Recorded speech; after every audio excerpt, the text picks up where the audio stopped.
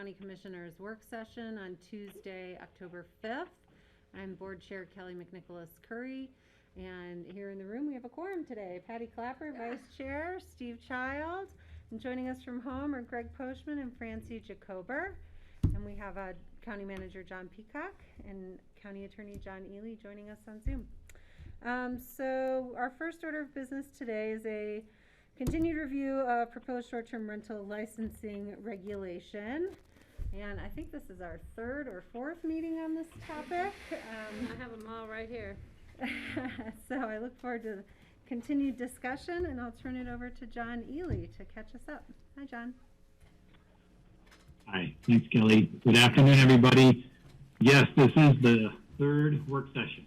I'm not sure if there was another discussion that crept in an open discussion format or not, but at least we only have the records of 3. What we're trying to do is to accomplish with some finality the scope of the regulation to be proposed to the board. There has been discussion of when this regulation would be effective, and the best expression of that was by Patty, I believe at the last meeting, but of sometime in November, but it lacked a specific date. But if we are moving towards an effective date of sometime in November, we definitely need to move this issue through and start scheduling a regular meeting for a first reading of potential ordinance and following that up with an act.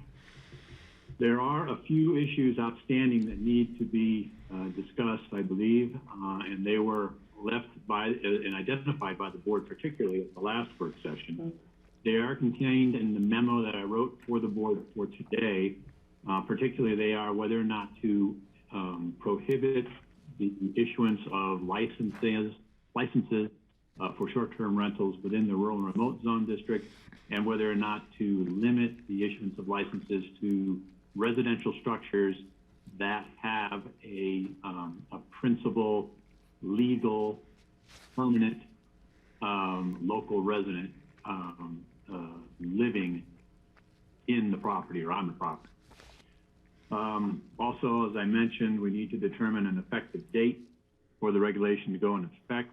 And there was discussion at the last meeting about a limitation on the maximum number of renters, and Steve had the last word on that. And that was to relate the number of potential renters or tenants to the relationship to the number of bedrooms in the structure. So with that, if the board could work its way through those 4 issues, particularly, I think we'd be well on our way. Kelly, do you want to lead that, or do you want me to just inquire openly, or? So let's see, John, why don't we pick a topic and we'll work through it and then move to the next one. All right, let's grab the potential exclusion of licensing from the rural and remote zone district. All right, thoughts? We have discussed this in a variety of fashion. Patty and then Greg. I have some thoughts. I definitely understand the unintended consequences and the negative impact, especially when you see ads for, 1,000 square foot rural remote cabin that's being utilized for 120 people going up for an event of some sort, or how many people that are actually spending the night. Rather than restrict it and say none, I'm going to throw this out there. I think that we should be looking at maybe 4 people per the 1,000 square feet, or 250 square feet per person. I think most of those cabins are set up for 4 people, maybe some of them just for 2, but I'd like to limit the number of people, and I'd like to cap it so that it's across the board, that if you have 1,000 square foot rural remote cabin, you can accommodate 4 guests. And you can only have 1 vehicle, because I think vehicle impacts going up and down the back roads up there are an issue. So I rather than just totally restrict it, or totally prohibit it, I would like to see it allowed with significant restrictions, such as how many people and how many vehicles. So that's kind of a food for thought I'm throwing out there to the board. Okay, other thoughts and reactions? Greg? Yeah, hi, thank you. Yeah, I appreciate what I hear from Patty, but I'm concerned. I think the devil will be in the details. You're not going to be able to restrict the number of vehicles, I'm not convinced you'll be able to restrict the number of miles traveled on the roads getting to these places or the number of people in them. While this has been coming up, I just heard about a beautiful little cabin up in the backside that they decided they were going to short term, and they turned the woodshed and another little outbuilding into bedrooms, and they built a pit toilet. And you just see that sort of thing happening. It's like, hey, what you can get away with in the backcountry, and all of a sudden, what were people's little cabins in the backcountry have become commercial enterprises. And I don't think that was ever if there was ever an intent, perhaps an intent has never been discussed, but to me this doesn't seem right. It violates the idea of rural remote, and I know the neighbors don't like it. You have your cabin in the high country and your neighbor decides to turn it into a hotel. If the neighbor is living, if the resident is living in it and has guests over, maybe that's one thing, but I'm having trouble with it. I think what this is going to do is turn a lot of people's mining claims into commercial properties, and that goes against everything I stand for in the backcountry. So I'd start by banning it completely and then revisiting it at a later date. Okay, thanks, Greg. Skylar, can you move Cindy Hubin over to part of the Zoom, please? Steve, please. My thought is that if someone is living in the cabin and wants to have Airbnb guest in there with them, which a lot of people do that, so live in their own home with them, I would be okay with that in the rural and remote. I don't want to see it turned into, like Greg described it, the little 1,000 square foot hotels all over the backside on different mining claims. That's not what rural and remote was intended for. When we first started this whole process, my initial thought was to just get the procedure in place for issuing licenses and ensuring that people are paying the proper taxes and whatnot, and then see how it goes. But now that we're getting into it more and kind of contemplating Airbnbs in different, or short-term rentals in different neighborhoods, I think we need to have some restrictions in at least some of the neighborhoods in the county, including the rural and remote zone district. Was that a hand? Did you want to? No, I understand the positions where Greg and Steve are coming from, but, and I don't know how many people that live in 1,000 square feet have a bedroom that they use for, and how we would manage that if we couldn't manage the other suggestions that I made. So I think it's all or nothing, and I just in an effort to be fair, I just thought throwing it out there that we would limit the number, because I think some of the problems is that those little 1,000 square foot cabins are getting packed to the gills with people rather than just limiting it to 4. But Greg, it would be the same thing if we limit any of these units in Redstone or any place else to how many number of people based on beds. How are we going to enforce that? We're going to have to rely on the fact that that's the rule, and that's the rule they need to follow. Same thing would be for rural remote. I don't want rural remote to be, as Steve says, dotted with 1,000 square foot hotels, but I was just looking at it as a way for people who don't have the ability to enjoy that adventure of spending the night in rural remote in a little cabin with a wood-burning stove and a outhouse. Or a pit toilet, if we want to call it that. So that was kind of my position. Okay, thanks, Steve. Well, one other consideration, and we've always thought of this, that there would be people who would want to go on vacation and they want to rent their house out while they're on vacation. That could help pay for their vacation. I have no problem with that, whether the rental's for a week or a month. If it's longer than a month, then it's no longer a short-term rental, but that's how a lot of local people can afford to take a vacation, is by renting their place out while they're on vacation. And I have no problem with that whatsoever, even if it's a short-term rental it's their primary residence, they want to rent it out while they're gone. I'm okay with that. So Kelly, can I? Yeah. That's kind of folding in then the other question of properties being the permanent legal address, and I'm definitely supportive of that. So that would support what you're saying, Steve. I am not in support of people buying them with LLCs and LMNOPs and other inks, just to use them literally for nothing but short-term rentals for the revenue, and they are commercial use then, and I'm not gonna support that for the short-term rentals of 30 days or less.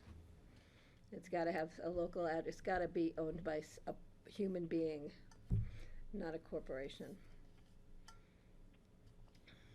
Okay, other thoughts? I would support the limitation on rural and remote.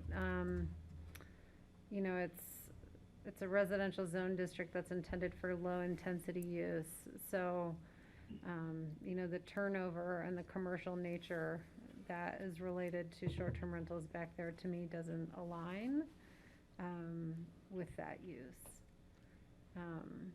Francie, do you have thoughts on that topic? And we'll fold in the other ones.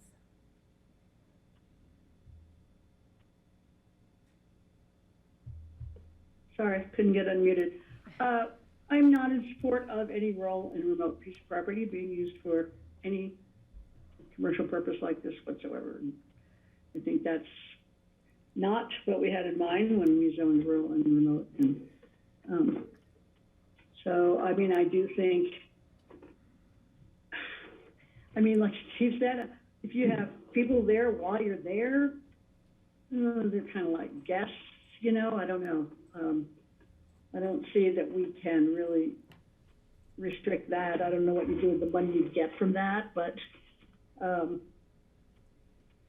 don't know. I'm pretty much not in support of STRs in rural and remote properties. Okay. John, is there any further nuance we need to deal with on that topic?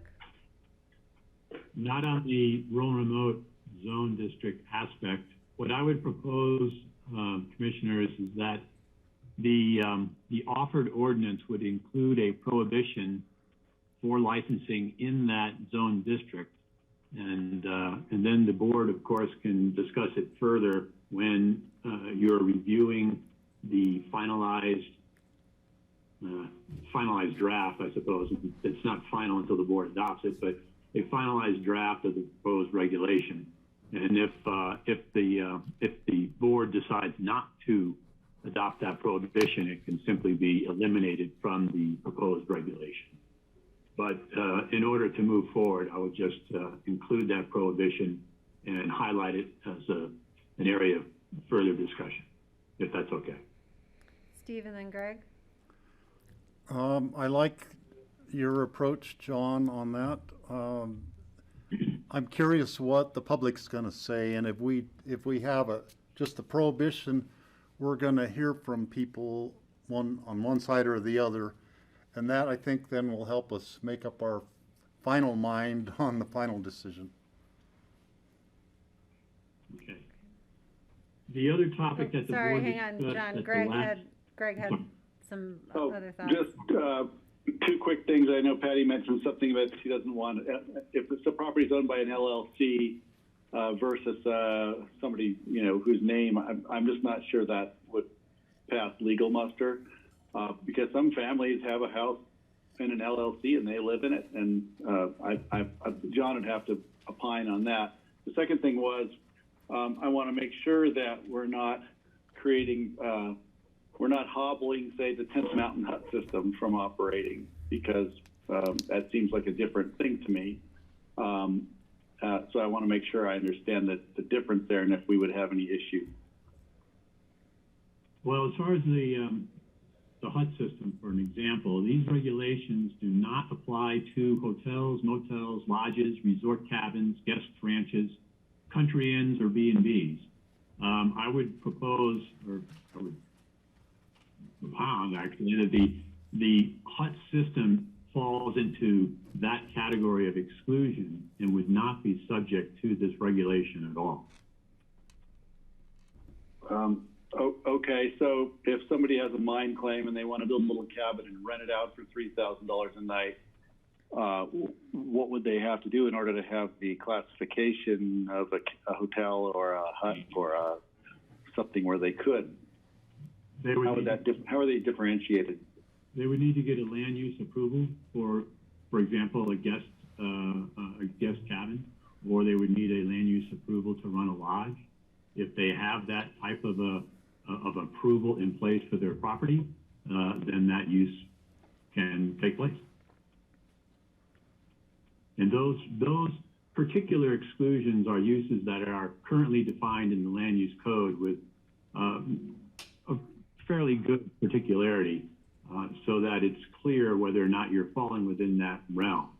The import of these proposed regulations is to capture essentially residential structures or accessory structures that are related to a residence that are used for rental. Great, thanks for that. Okay. As far as the ownership quality of the property that's being applied for a license or being rented, that's more germane to the next topic. And that topic was discussed the last work session at some length. And that is essentially whether or not to preclude the issuance of licenses for properties that are not being used as the permanent legal address of a local citizen. The way that it is drafted in the proposed regulation now, if the property is in an ownership other than a natural person, say an LLC or a corporation or something like that, then it does not need to be, the property does not need to be owned by the permanent local citizen that's using that residence as their home, as their address, their legal address. If it's in the case of an LLC, it would have to be someone with an ownership, or in any of those non-natural entities, it would have to be someone with ownership interest. So if it's an LLC, it'd be a member, or if it's a corporation, a shareholder, or if it's a partnership, one of the partners, etc.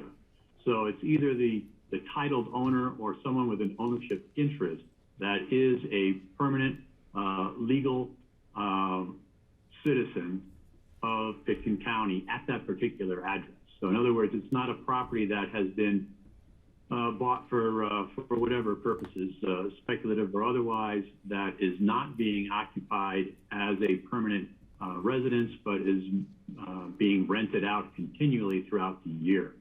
And so that prohibition would affect those types of properties.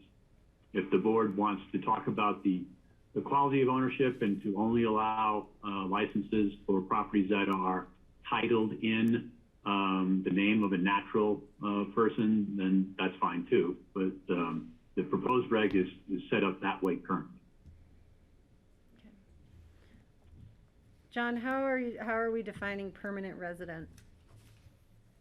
The permanent resident is somebody who is not limited by time, but by intent to occupy the structure as a permanent resident.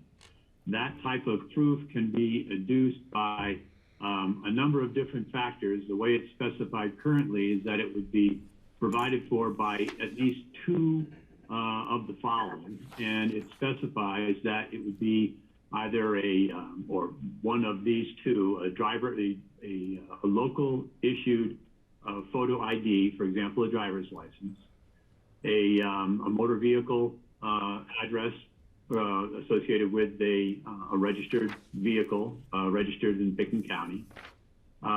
It would include federal or state tax returns or other related financial documentation, utility bills, or any other legal documentation that is deemed sufficient by the licensing authority, which is pertinent to establishing whether or not someone is a legal and permanent resident at that particular address. That last catch-all type of inclusion is basically added in there to capture what other information or identification documents might exist that would reflect a permanent legal address. I have questions, so I'll just ask them. Regarding this, I'd like to see us include voter registration. I feel like that's a Oh, pretty. I'm sorry. Voter registration is included. I It's on just there. skimmed right over that. I'm I'm sorry. not seeing that. And I guess I'm just wondering, like, would there be a reason for someone to file their taxes someplace other than their permanent residence? There could be many different reasons for that. In which case, that type of document is just not going to be sufficient to establish a legal residence. So the person will have to rely on a couple of other different documentation of address. Okay. And I'm not sure utilities, for me, is a really strong document to include here, because every property is going to have utilities associated with it. So I don't know how that proves residence. It might not, but it's the idea in creating that list and to require two forms of identification reflecting address is to allow a little bit of flexibility and a little leeway for the licensing authority to make a determination. But I would agree with you. Utility bill is not particularly indicative, and a utility bill can be in one individual's or entity's name and never change, regardless of who's living there. So it might, however, be indicative, but it might not. So to clarify then, regarding like Greg's question that he brought up, a home can be owned in the name of an LLC, but anyone applying for the license has to be a partner or, owner or whatever in that LLC, because a name for a specific person is going to be on the property, and that person, or is going to be on the license application, and that person is the one required to prove their residency. Exactly. Right. So it would either be in the case of say a couple that owns a property, would be one or the other of those individuals, because both would be reflected as titled owner on the property.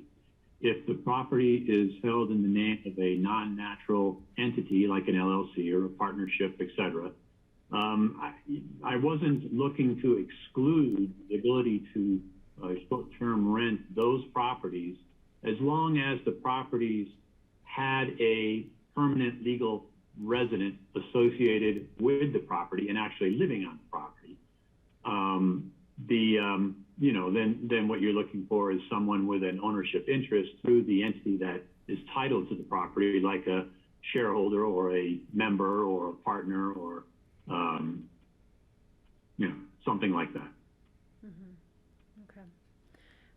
Questions for John on this? Or opinions on the matter? Yeah, it's kind of the explanation I needed, thanks. The board is supportive of limiting this license opportunity to permanent residents? Yeah. I know of Steve? more than one dwelling unit that's being used as a short-term rental now where the people don't live there. Mm-hmm. Are we going to grandfather anybody in who is already doing it, or are we going to start from scratch and just make the regulation we want? I'm starting from scratch. I don't know if the rest That of the board. is what I believe my takeaway of the intent of this always was, when we started narrowing the conversation. John, did you have a different thought? No, that's what the regulation is proposed now. Mm-hmm. The idea of grandfathering a use is a concept that's associated with a land use regulation or a development regulation, and that is something that is established in state law. When you're dealing with a regulatory authority or regulatory action that relates to a licensing situation, there is no legally recognized grandfathering of a use. If the board wants to allow a continuation of a use that exists on the property, you can afford that property or the owners of that property a license to continue. But absent that, there's no grandfathering in of a previous use. Likewise, if a property is licensed, say, in the first year of applicability of these regulations, and the regulations change to become more restrictive or any other aspect of the regulation is modified, when that license expires, which it will, which all of them will after 1 year of issuance, then the new regulations will apply. So if someone gets a license this first year that the regulations are in place, that is no guarantee of being renewed or getting a license for any subsequent year.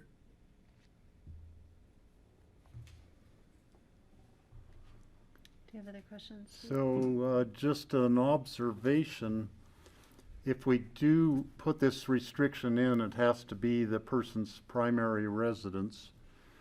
That helps us get around the issue of the property tax, which would be for residential, because whether it's, whether they live in it or not, by state law, we have to tax it as residential, even if it's being used like a hotel. So this way, it would actually be the person's residence that we are taxing as a residence, and there would be nobody getting in, using it like a hotel and not living there and still paying the residential tax rate. So that helps us get around that kind of loophole in the law and makes it, I think, more fair for everybody on their property tax. Actually, Steve, the legislature provided for that when they extended the authority to the various counties to engage in this licensing and regulatory activity.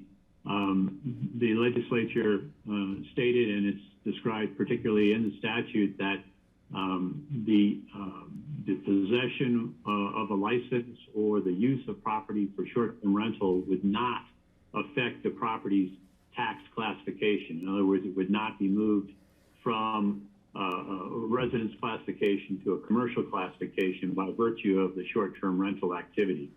So the classification for tax purposes will stay as it is and will be governed by existing state law as to whether or not that classification should or should not change. But the short-term rental activity will not affect property tax classification, regardless of whether or not there's a permanent resident associated with the property.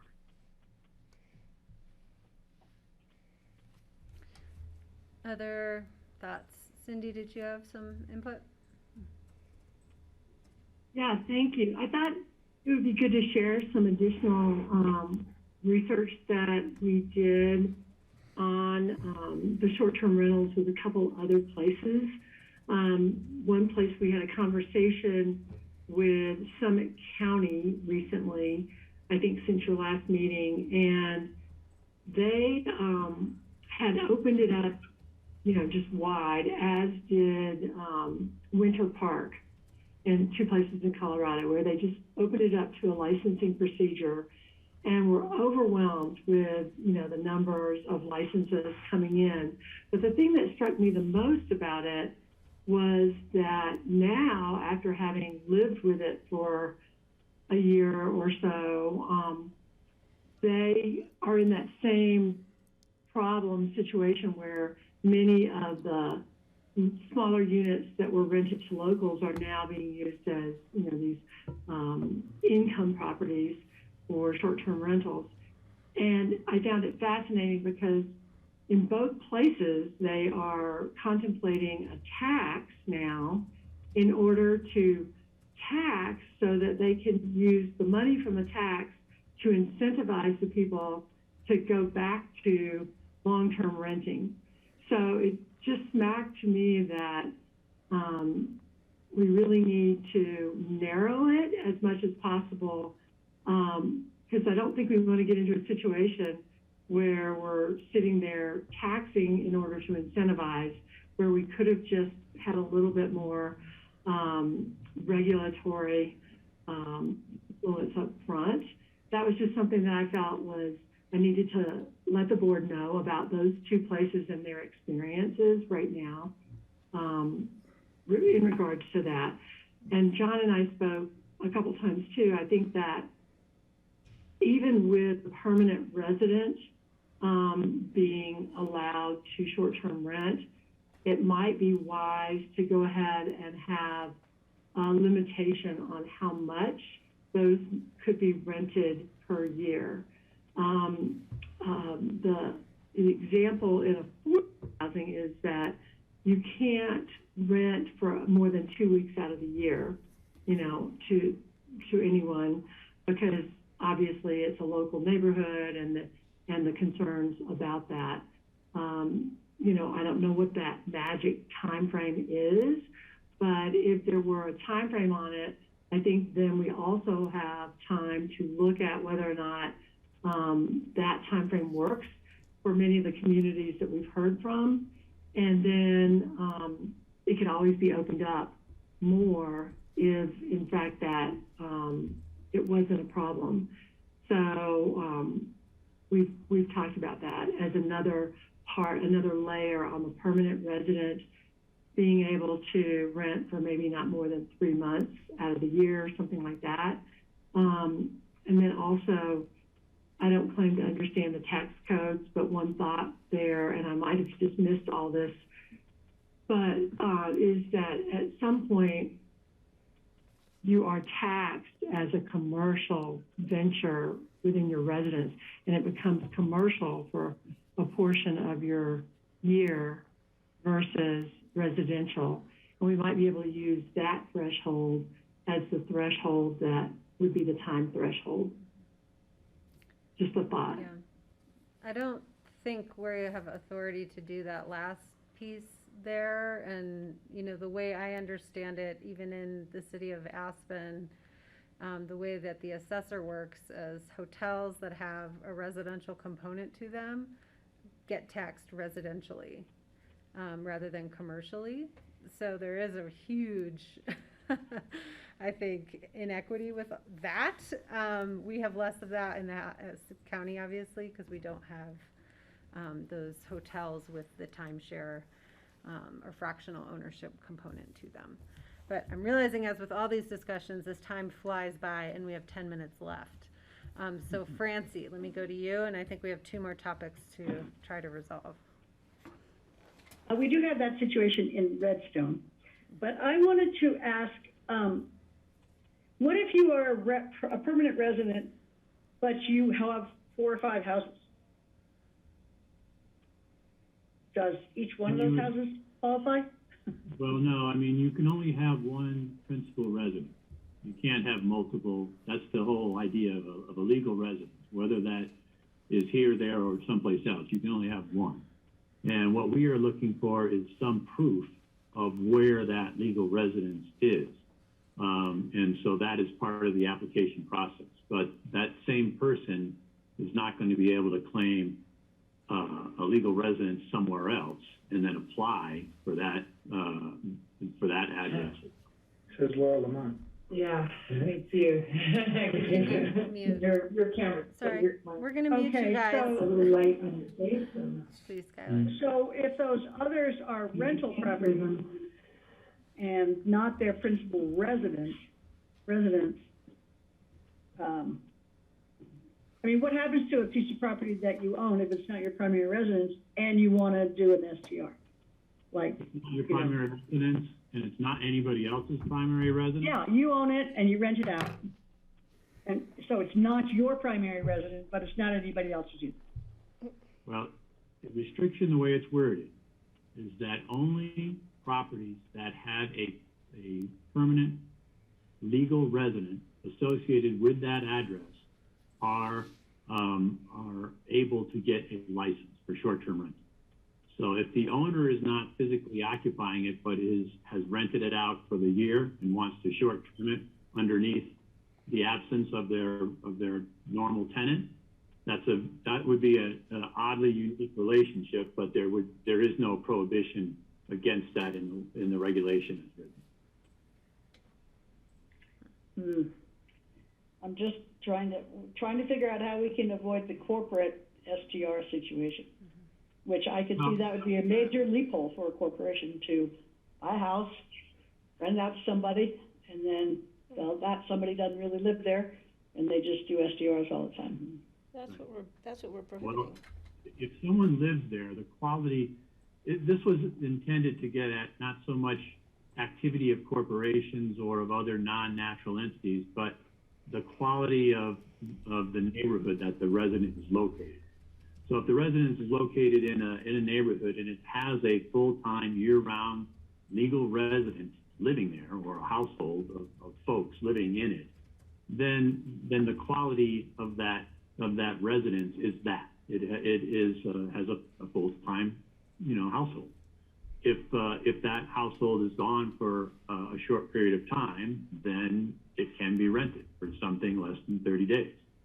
If there is not, if the corporation owns it for whatever reason that does not have a permanent resident associated with it, or retreats or functions or availability to corporate officers or any number, then it would not be available for short-term rentals. So the object wasn't so much to get at activity of non-natural entities in ownership, of which we have a lot. If you look at the tax rolls, for example, you can see that a lot of properties are held in names of S corporations or LLCs or partnerships. So it's not to penalize the selection of ownership, but to recognize that what you're really trying to get at here is a residence that is being managed and held and owned for the purpose of continual rental, continual turnover, like a lodge, and to prohibit that.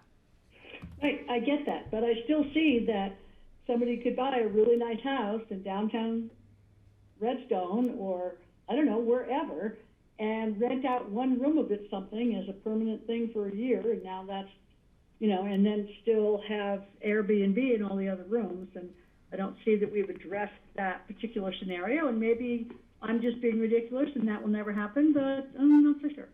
Well, you never can say you're being ridiculous, that's for sure, because anything is possible out there in the world. It's like a live-in perhaps caretaker. that is a circumstance that would come about.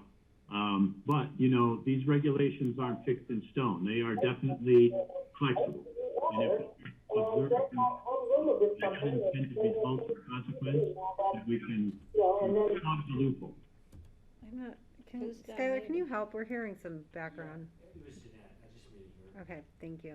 Steve, if you could actually log into your video. So you're saying deal with it if it happens? Well, that's one approach, or if you want I'm not on to Zoom. stamp down on regulation I down just have tighter this. and make it only available for properties that are owned by natural I'm on that persons, camera, in other 'cause I words, don't do it. human beings that are living there year-round and want to rent it out for some period of time. We can say that as well.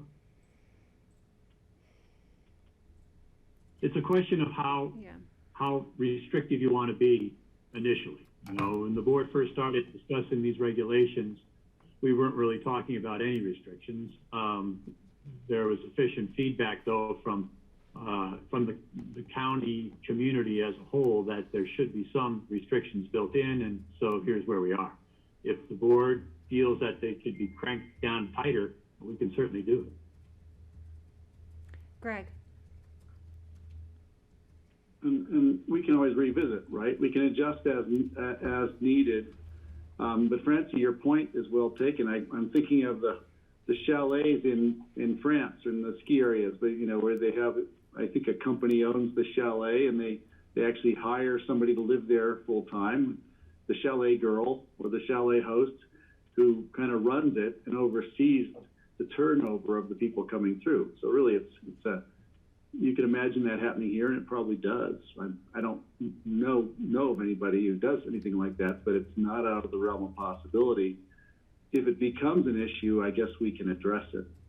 I don't want to complicate it more, because I'm just worried about, one, the workload that we're creating for someone. So maybe there's a simple way to start and then adjust as we go. And, maybe it's a work in progress. Patty? Yeah, it's actually, I think it's rather simple. You can't, if you can't buy houses and have somebody move in to caretake the house that then rents it out as an Airbnb, it has to be a residence owned by the person who bought the house, who's the resident, not that they hire somebody to live there so they can get around the system of getting a business license to rent it as a short-term rental. It has to be humanly owned, not owned by a corporation or company, and it has to be owned by somebody who can prove that that is their residence by any of those list of, any of the two that it's outlined in attachment A. So I think it's pretty clear right there. So you would have to be principal, owner, and resident. Right, you can't to hire a qualify chalet for a girl or license. boy to come in and rent your place and then therefore qualify for Airbnb or a short-term rental. Okay. But you're right, we have a We're lot running more. up against time here again with this topic. My bad for not giving it 2 hours. Yeah. Okay, I will just note, there will continue to be some loopholes in this system, just how we've defined it. There are rentals out there for more than 30 days, and these are marketed as commercial endeavors, right? They're not trying to long-term rent to a local. They're trying to have a a visitor come and use these places, just they have to do it for more than 30 days because that's what their land use approval or whatever has required. That they can't short-term rent it. So there are going to be ways that people look at how to how do I rent my backcountry cabin for more than 30 days and still gain income off of it, and we won't be able to commercially tax that income and prevent that under a 30-day short-term rental definition. So this is just a tough issue to get around, and I think we're trying to balance the different values of how to do that. And that'll be my remarks for the day, because I think we have to move on. So John, I think you've gotten clarity on 2 of the 4 points. So I have a Yeah. question. Okay, Patty? Yeah, this was Well, John, this was scheduled to come back to us at a regular meeting on the 13th. So, it's, Next week, we just, I have a Okay. feeling we're gonna have to have one more work session, and if push came to shove, we could always hold a special meeting to move this forward if we wanted to get it done before December 1st. And from a timeline perspective, I think we're getting enough clarity now to start bringing back a staffing model to support this, because we would also need time to, approve staff and hire staff and such to ramp a program up. And I have a real quick thought on that. I think it was Phyllis who mentioned that there are companies out there we could contract with to help us with some of the gearing up, and I think we should look into that as part of that staffing model. Yeah, and so that's certainly what we're looking at, and I think with the board making, at least I think giving direction on the resident side, we can start to make some estimates based on other counties' experience, how many licenses, or at least a range of licenses we think may be coming our way, and come back to you with what that staffing would look like and how we'd ramp that up. Steve, did you have, I thought I saw your Oh. hand. No? Okay. John Ely, go ahead. is it what would the board like? Would you like to see this in the form of an ordinance for initial acceptance next week? It was scheduled next week and for the 27th of October, based on earlier comments about a possible effective date sometime in November, and that's the only way to do that. Of course, we can have it effective whenever we want, so there's no deadline out there other than our own creation. So should we continue those meetings off, or should we maintain that schedule, or what's the board's pleasure there? I have a lot more questions. questions. Yeah, I'm not sure we're ready for our first reading, Patty. Thank you. I think shares those thoughts. Greg, another work session. Are you nodding at that? Okay. So I think we need another work session, and we may need to find outside time since we're running up to budget, to talk about it. Okay. Great. All right, thanks All right. everyone. And I hope the press writes about this, because this is our third meeting. So Be we good to get some get public input here Yeah. sooner than later. All right, moving on. Our next item here is a proposed Crystal Oaks Metropolitan Service District. Hi, Jeanette. Nice to see you. Hi, everyone. Thank you, Kelly. Jeanette Jones from Administration. This is a petition, I would say, submission of the new special district service plan, and it's been presented by Eric Groves on behalf of the Crystal Oaks Bridge Association. Eric is here with us today. Just wave.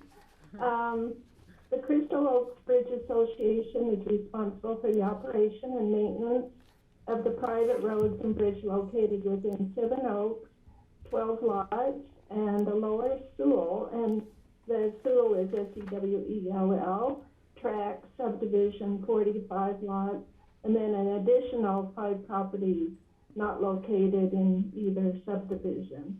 And I'm going to turn this over to Eric here real shortly and let him make the presentation on this. But I just wanted to let you know the couple of points and a couple of statutory requirements. Pursuant to statute, the Planning and Zoning Commission also needs to review this application, and we're doing that at their meeting tonight on the 5th. The next step is further provided by statute is we set a meeting to the commissioners to set a public hearing. I have set that agenda meeting for the 13th.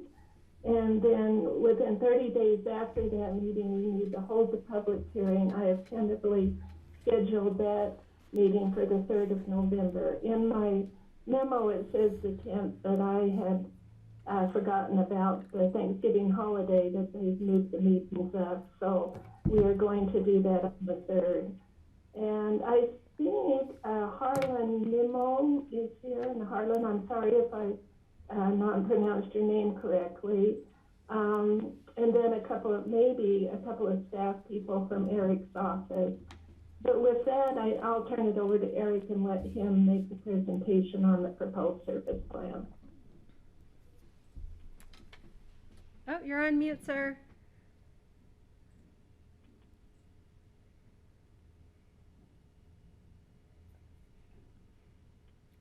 Good afternoon. Can you hear me okay? Yes, we can. Thank you. Hi, Eric, how are you doing? Good. How are you? Good, nice to see you. Yes. Well, thank you so much good to see you too. Thank you for taking the time to hear this plan.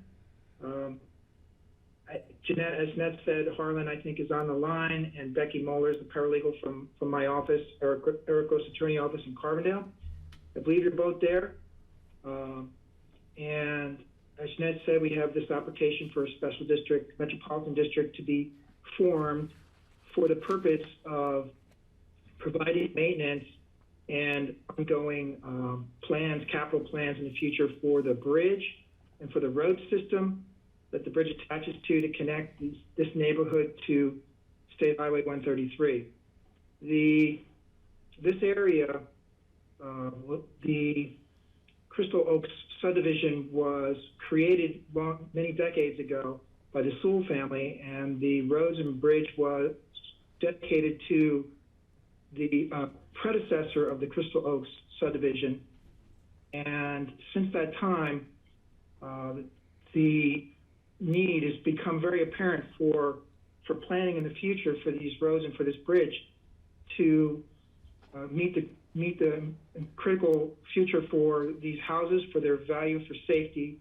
And the Crystal Oaks subdivision, along with the Seven Oaks subdivision, have come together and done this community planning. And I think Harlan can speak to that a little bit about the process of the neighbors coming together to talk about making sure the bridge has integrity and meets the future needs for everybody. So the Metropolitan District is designed to meet two statutory required needs for the district. One is to improve the road, repair the road and the bridge, and then also for traffic safety protection, mostly signage, speed limits, reflectors, any other items that might be required in the future to make sure that the roads are safe to travel on.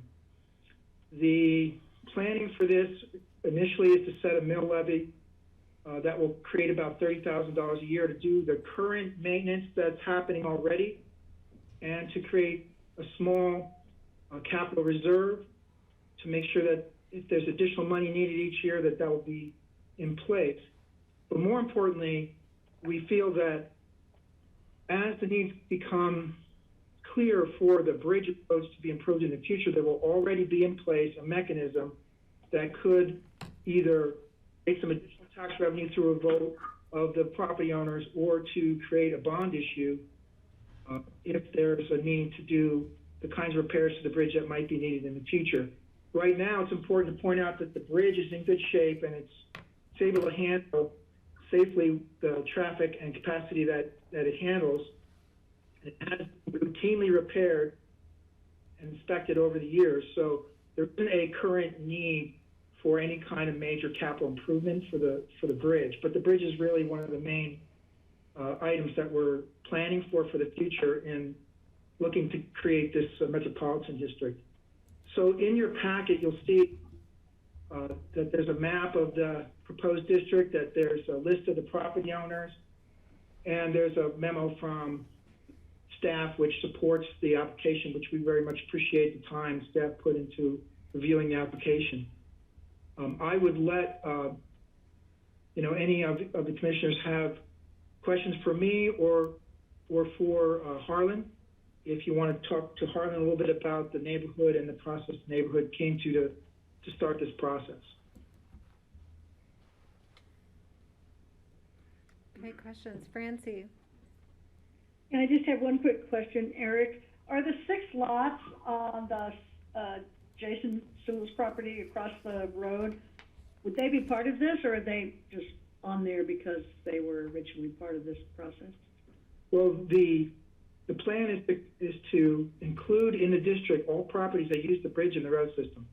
Not all of those properties, not all of them are part of the Crystal Oaks subdivision, nor part of Seven Oaks. So, but for fairness and for overall actual use of the roads and bridge, we're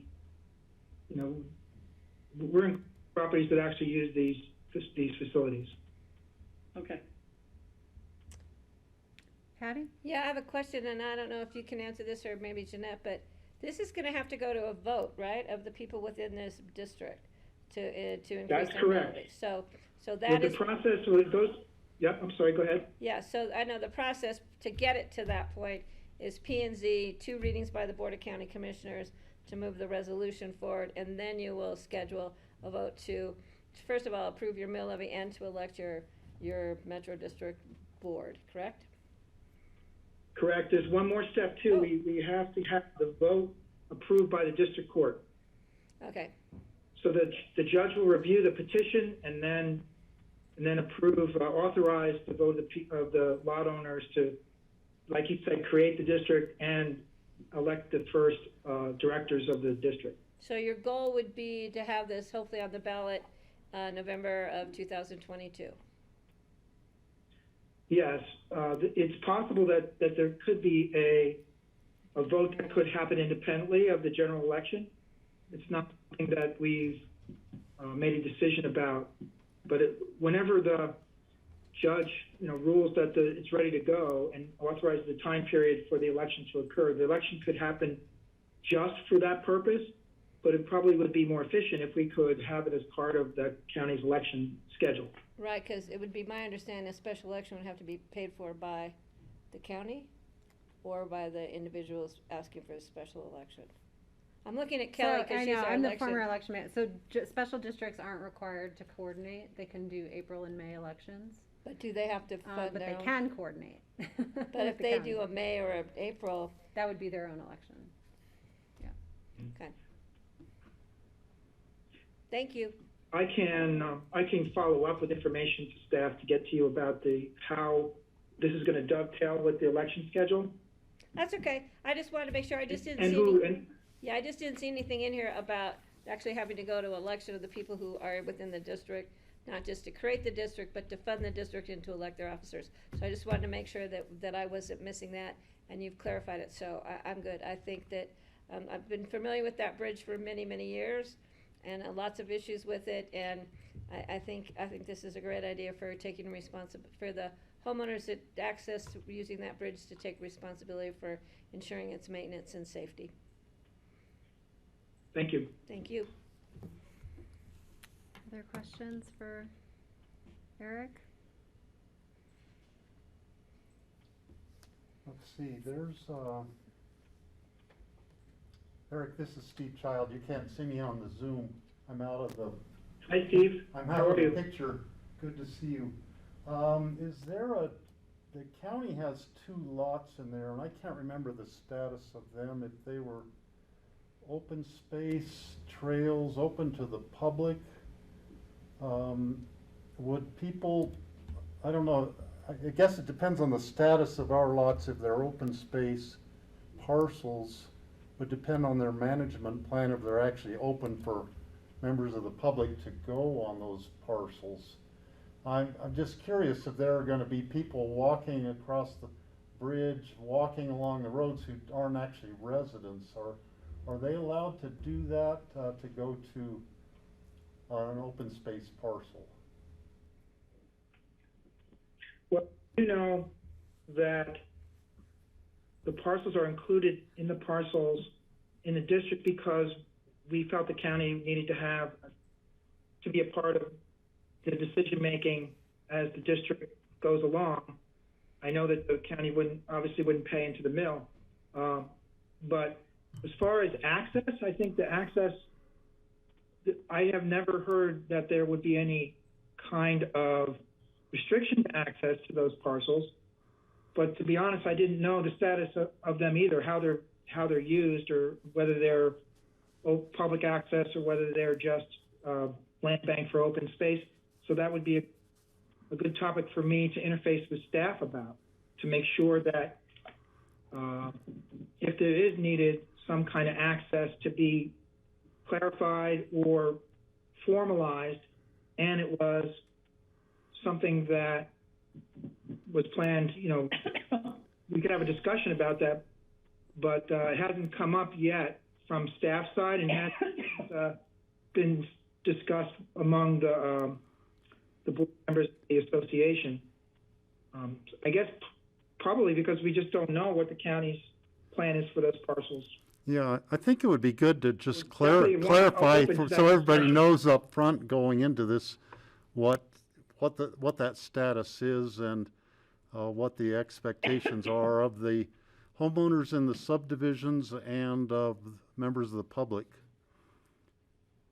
Steve, it was a very. Because That's a great question, the Steve. homeowners would be paying for it through this special district, paying for the upkeep of the roads. So I think they would want to know. Okay. Yes, and sir, this is Harlan. I'm one of the residents in the proposed district.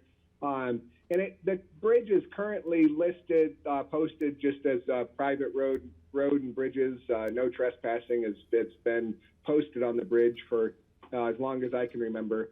And then those 2 parcels there's the 40-acre parcel that was a land swap from BLM, I believe, about 15 years ago or so.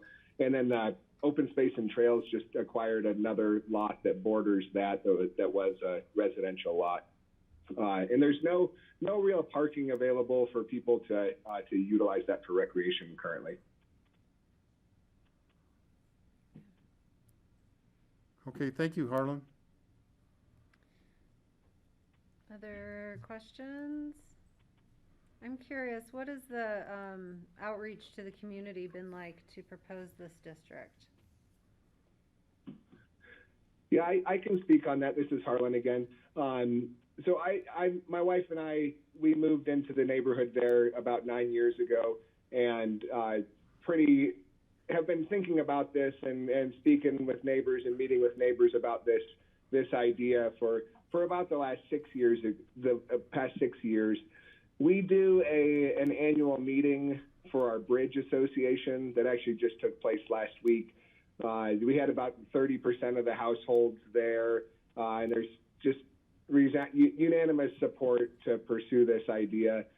And then also about 5 years ago, we did just a direct mailing survey, and we got responses from about 70-ish% of the properties, and there was unanimous support for the idea from that as well. Okay.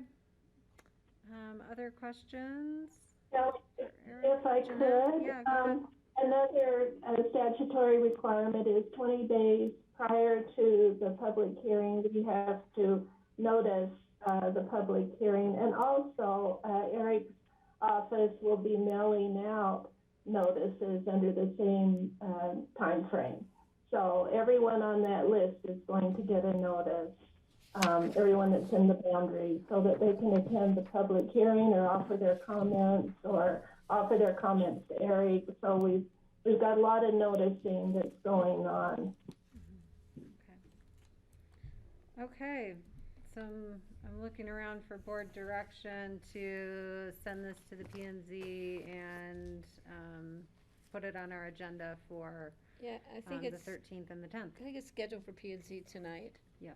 So, yeah, and it'll come back to us next week, so we can get it moving forward and get it on a ballot sooner than later.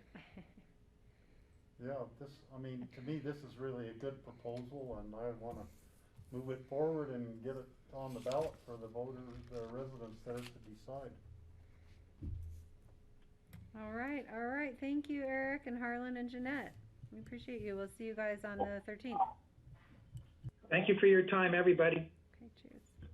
Thank you, guys. Okay, and moving on here, apologies to Greg Poshman, who I said earlier today as I was driving in that I would raise his request, and I forgot.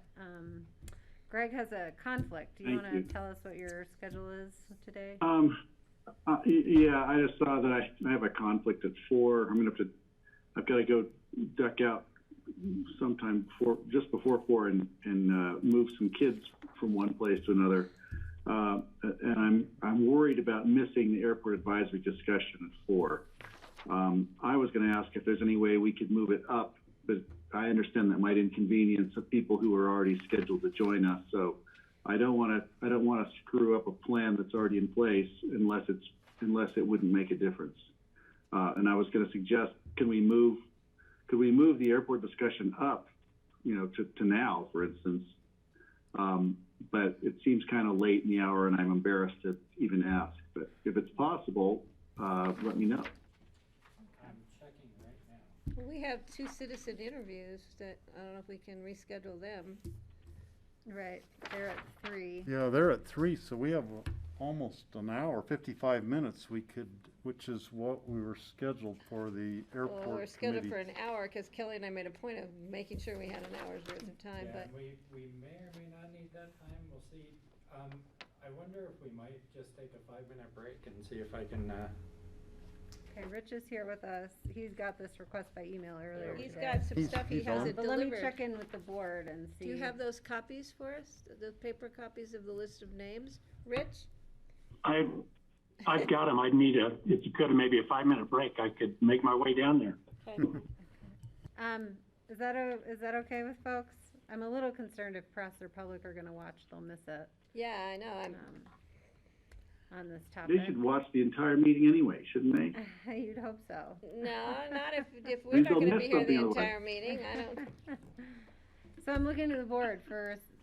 You're okay with Greg's request? Well, I think we need to have Greg here, and Greg, I'm going to reprimand you and send you to bed without your dinner tonight for not letting us know sooner than now. Make your daughters walk. Thank you, They'll get Patty. their licenses Yeah. if you make them walk everywhere. I think this might be the first time in 5 years that I've asked for this, so I'm even embarrassed to bring the it other up. times you just leave and we're like, where'd Greg go? Oh, he had to like go walk the dog. Greg, pick Well, your daughters if up I and get bring bored, them. I pass out. Okay, 5-minute break, and we'll do the best we can. Yeah.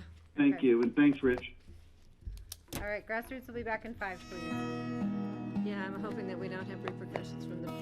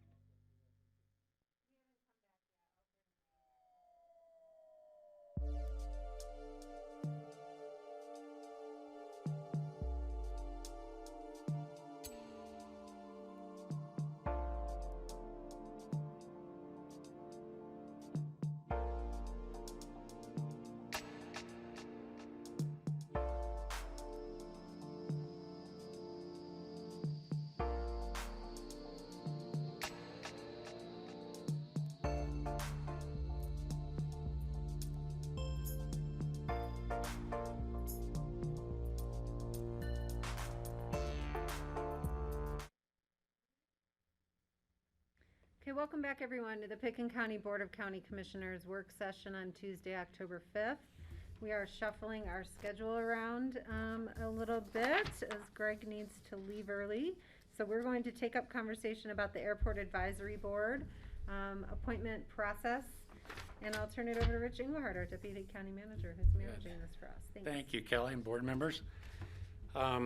So we're in the middle of the process of selecting candidates for your 7-member board, voting members, and 2 alternates for the Airport Advisory Board.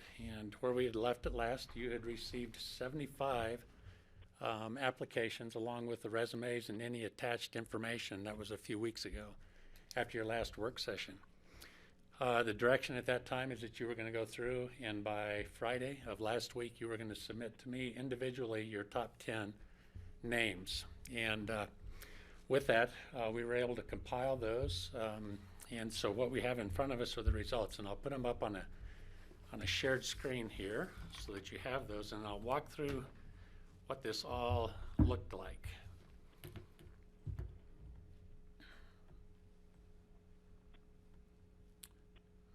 Okay. We good there?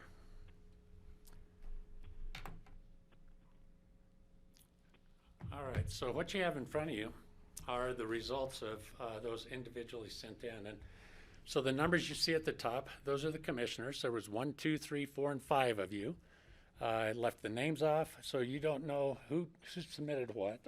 But I can tell you that Commissioner 1 out of 10 had 7 of them that made this top 15. Same with Commissioner 5. What does that mean? Say that again. What? The 15 that are listed in the bold are the ones that you can see that they had a combination of 2 or more names among the 5 of you. Uh-huh. So what this is Commissioner 1, out of all the 10 that was sent in, 7 of those met that 15 group that you see right below that, the number there with it all combined. 3 of them had 8 of 10. Necessarily by district, right? This is random. No, Okay. no, this is, So you yeah. don't know who- No, but that commissioner, This is, one person this is must not be district, really this is smart. just, I should have put A, B, C, and D, I guess, but anyways, yes, these are just commissioners' numbers. But really, it was just to show that there was a lot of combination of names, at least 2 or more within the group. And so what you've got now is you see the first name is Jackie Francis, and there's a 5 beside that. All 5 commissioners had listed Jackie for consideration. If you move down, you've got Andrew Doremus, 4, Howie Mallory, 3, and then on down the list. So you can see there was a combination of those. So what in essence this did is that out of all those submitted, there's 15 total that had a combination of at least 2 or more between the 5 of you. And then there were 12 more names that were listed that were just singly listed. And so those fall below this, and those are the 12. So in essence, you went down to 27 members from your 75 with this submittal, first round submittal. So we went through, we double checked on whether they were in the visioning process or not. That was a self-proclaimed portion of that application. The one that had marked yes and was Emery Levins, who had actually served on a panel. He wasn't part of the committee, but he did come in and did a special panel presentation for us. I did go through, there were some financial questions as part of a potential financial conflict. Sat down with John Ely. We went through, some of these were in question. And at this point, there isn't anybody in here that has a direct financial tie to it. There may be times if there's a discussion and the board is maybe speaking on a particular topic that they may have a conflict depending on where they're at. But as they currently set right now, there are none listed. So that'll be a bridge that would be crossed at some point in the future. There was residency requirements, and as you can see, a lot of those have been met. A lot of long-term residents have made application. And then also at the very bottom, the city council's trustees and board members of the Aspen, of Snowmass Village and Basalt had sent in their submission of who they were going to place on that. So the city managers from both We Aspen. we can't see that, Rich. Oh, I'm sorry. Let We me, can't see the bottom. thank you. Yeah, there you go. I was looking at the sheet in front of me. Thank you, Jackie. At the very bottom down there, you see those names. Clint Kinney, Sarah Ott, the city managers for those communities. And then Catherine Christoph, I believe is an engineer. Yeah, in she used there. to be with the county. She's Yeah, great. so she was elected by BOCC to represent, and again, those are ex officio members, non-voting. They're just there to help with that dialogue, with taking back information and being a liaison to those particular municipalities. So I guess, Kelly, with that, Okay. you have got results, and so we just need to talk about where you all want to go with your process from here. Okay, I will just share that based on interviewing for anywhere from 15 to 20 minutes, we would take a full day. We'd take 7 hours. So we'd have a meeting from 10 to 5 with an hour lunch to interview everyone on this list. Obviously, if we had shorter interviews or called the list down, we would spend less time. So I'll open it up to board members on thoughts of how to proceed on getting down to, how many, 7 and 2 alternates? Correct. Okay, thank you. Patty? Yeah, it would be nice, knowing how we are with our interviews, sometimes they are 15, most of the time they're over 20. Between the time you set up the next person to be interviewed and sometimes the questions run over. So I'm really impressed at how well we did out of the 75 and the names we came up with. I would like to see us just do the top 15, do an interview in one day. If we can arrange that, that's the best we can.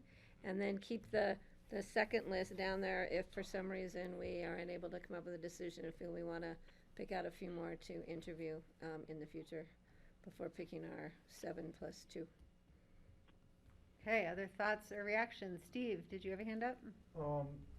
Yeah, that is reasonable to me. Let's see, I'm not sure which mic I got going here. There's one, Really? there's one case, it might not matter. It's Thomas Friedstein, who's on the lower list. And he's actually a board member of the town of Snowmass Village board. Now, the reason I bring this up, John Doyle, who's on the Aspen City Council, told me that he was not allowed to apply. He tried to apply, but he was told he couldn't because he was on the Aspen City Council. And I don't know who told him that, but I think Aspen City Council might have told him maybe that. they told him that. But anyhow, I just wanted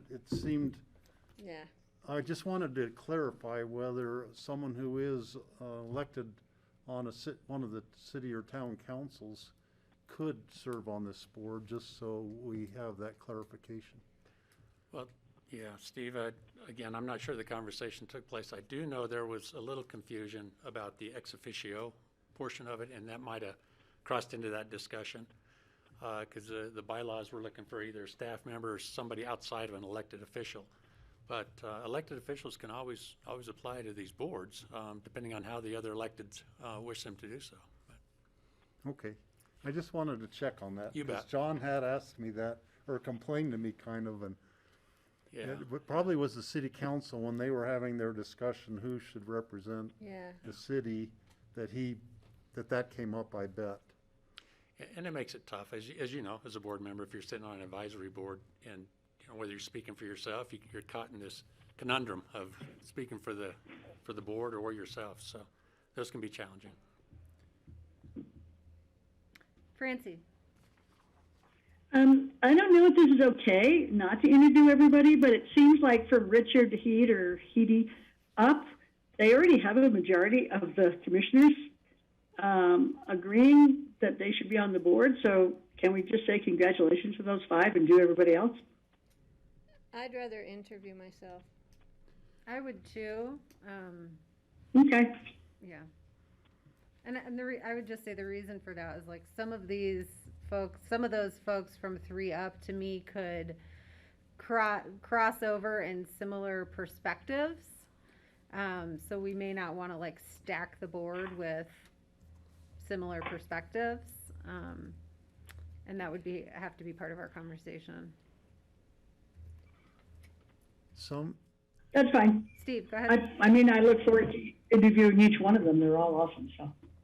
So some people, when I read the resume, it seemed to me they might be a better resource person for the committee than to actually serve on the committee.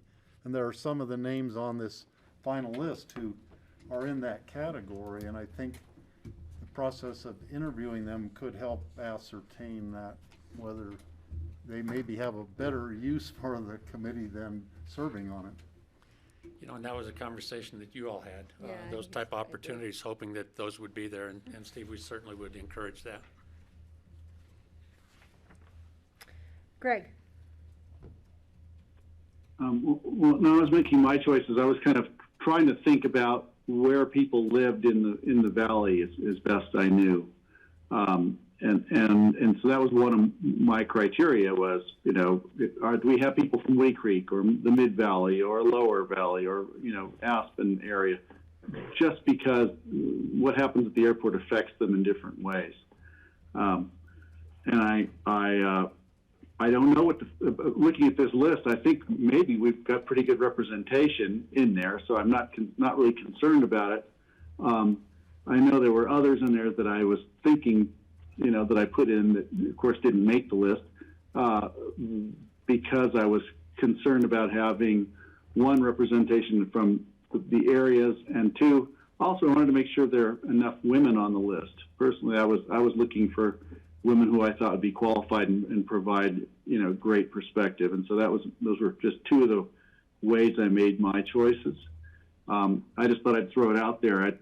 It looks pretty good now. I think that there are a few women in the top list, in the top 15. I do note that Valerie Braun, who was a strong advocate for Woody Creek, now lives up the frying pan. So she's not a Woody Creeker anymore, as far as I know. And that did make a difference to me.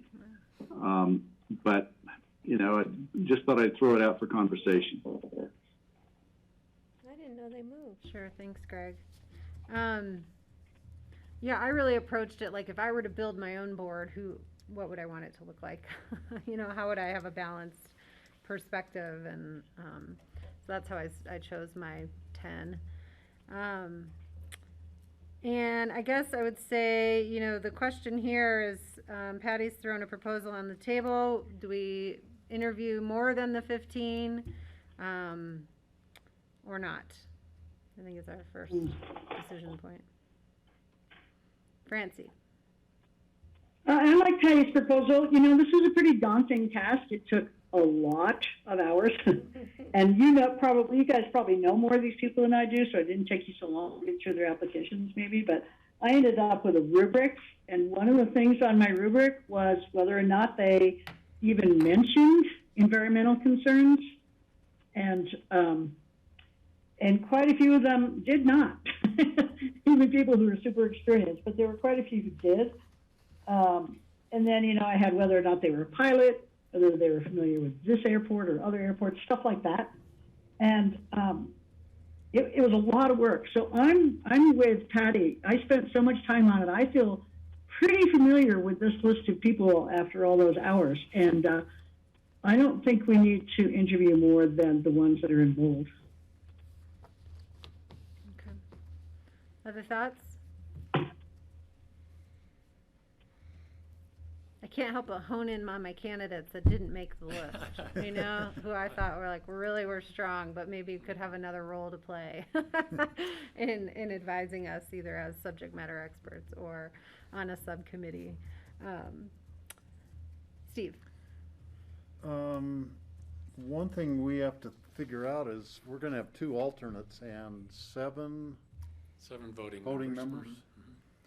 So somewhere along the line, I don't know how we're going to decide that, but maybe we'll just have a vote at some point, and the bottom 2 out of 9 will be the alternates, I presume. But Yeah. that is a consideration. Maybe come up with the 9 and then decide who's going to be the alternate. Yeah. So somehow we have to whittle at least 15 down to 9. Correct. As a bare minimum, if not 27. So just to clarify, the ones without a number 2 or something by their name, they got just one vote? Yes, correct. Yeah, just Okay. one commissioner listed them individually. Okay. All right, I'm okay with Are starting the with Brons 15. related to each other? Because there was a man named Braun who also applied. Are they all related? There's Or? a Debbie and a Val, and they're not related. Okay. There was another man. Are we okay with, we'll interview the 15? We'll get everybody scheduled on the same day. We'll probably find an off day to do that. Is that, I'm looking to the board, does that sound good to Start looking everybody? at dates, the better, 'cause Okay, and I guess I would just say it would help, please include the bylaws. Maybe we'll pull out some of the characteristics from the bylaws to kick us off when we start thinking about the criteria for how we might choose our 9. Does that sound good? Mm-hmm.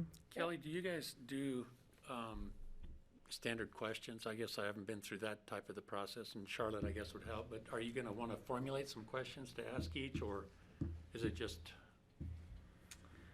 I guess I'm curious how you guys want to we usually kind of move just forward. wing it. Yeah, usually we let them tell us why they want to be on the board, and then we do a round table Okay. for that. Okay. Does So that still work for the board in this And case? we need to remind I mean, they some had of quite a these. few questions on their Yeah. application that were standardized. Greg? I'm just thinking that if we kind of do it as informally as we have, this could take longer than we think, and I'm not sure that really is going to enrich our understanding. I feel like some point or another we've probably interviewed all these people, or at least I feel that way after reading the resumes and seeing what they've written.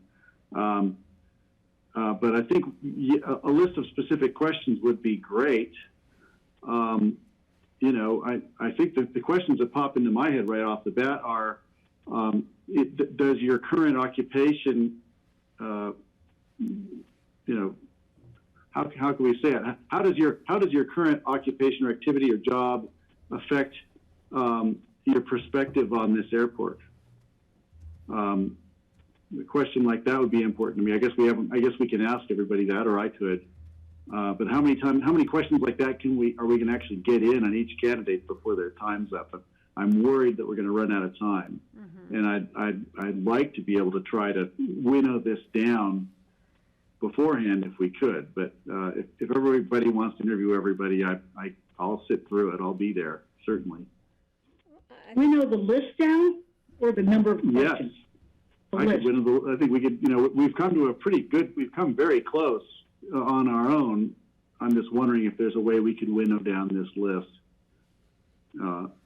That may take longer than the day of interviews, but at the end of the interviews, we're going to have to do it anyway. I thought we agreed to interview. I know some people, I'm not sure they actually live here full time, or if they've left the part of the valley, Valerie still lives in the community in the watershed, and she's under the flight path. So I would say, living in the frying pan, she's just as qualified as she is to hear airplanes as she was in Woody Creek. But I wonder if that changes. If she's a representative, for instance, of Woody Creek, that's changed now. She doesn't live there. Isn't that right? No.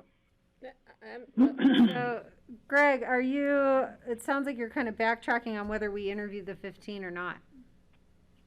I'm trying to think this out. I'm trying to figure out what benefit we're gonna gain, because I'm just concerned we're gonna run the clock out on every interview, and I'm not sure how much that's going to bring us in terms of clarity. So I'm just wondering if there's something else we can do to call this list before the interview process. I want to interview. And I'm open to people saying, no, you want to interview everybody. That's fine. Okay, we have people saying that. Well, Steve. one thing we could do is send out a list of questions that we want to ask each one, to give them in advance. They will know they need to answer that question. They could answer it just in their, why do you want to be on the board kind of a thing, but that way we could be sure that each one gets asked the few standard questions, that things that weren't on the the previous application.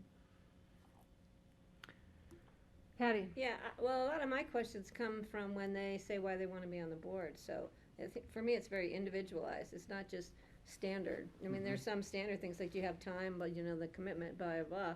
But, and I think if anything, we're going to need to, some of these people are going to take a lot of time. We know how they like to speak.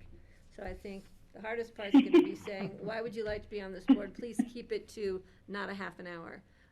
So that's up to the chair to direct. But, you know, and plus, I don't like pre-canned answers. I like it when we just have a conversation, and so they don't have something already formulated and talk to their friends and, you know, passed around the neighborhood. I like to just see how they react. And so, I mean, I'm okay either way, but I would prefer it if we just have an opening statement and then, you know, some of us do ask the standard questions, but something may come up in their opening statement that's totally, you know, specific to that person, and I would like to have the opportunity to ask them about it.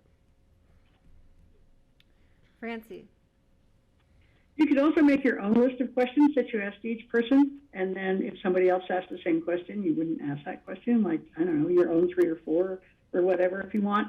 But I just wanted to congratulate Rich, because I think this must have been an incredible process to come to such close agreement between, I mean, you know, I don't even know a lot of these people, and I think I'm one of the 8 out of 10, which is just amazing. And so the applications must have been really, really well developed, Rich. So I just wanted to congratulate you on that. Well, Here, I agree. Yeah. Well done, Rich. Yeah, we're going to see where you 8 out of 10ers are at the end of the day, though. So, I mean, I would say I do want to hear from people, but I would like it to be a focused conversation about the quality, the work that we're asking them to do. You know, the bylaws that we've set forward, the purpose of this committee, you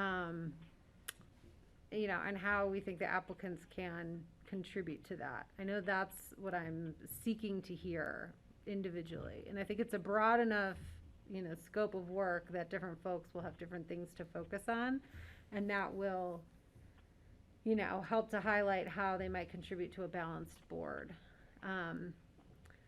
So I'm not, you know, I'd be happy to formulate questions along those lines ahead of time, but I also think we can deviate from make that that a little bit. scope clear as we kick off each interview.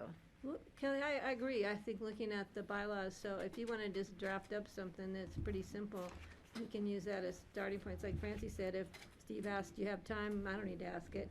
But, you know, and we don't think we'll duplicate, but I think we do need to be focused on, can they meet the expectations of the bylaws? Because this is a new one for us, this new advisory board, and we got a lot going on. So I think we need to make sure people understand that it's not there's specific needs. It's different than the visioning committees, et cetera. Right.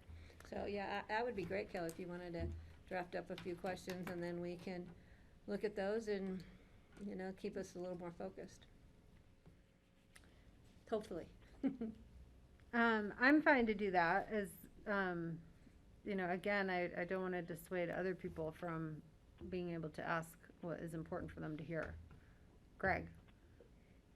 I was just going to say if I think of questions that I'd like to ask the group or individuals, I can send them to you in advance, can't I?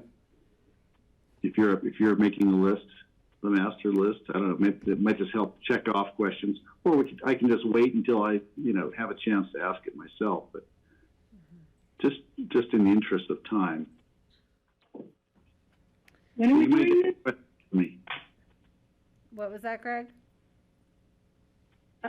Just in the interest of time. But anyway, you might get some questions from me. Okay. When are we doing this, the interviews? We don't know yet. We have to find a date where we can set aside as a board. That will be different from our current schedule. So we could do that now, if people want to do that now.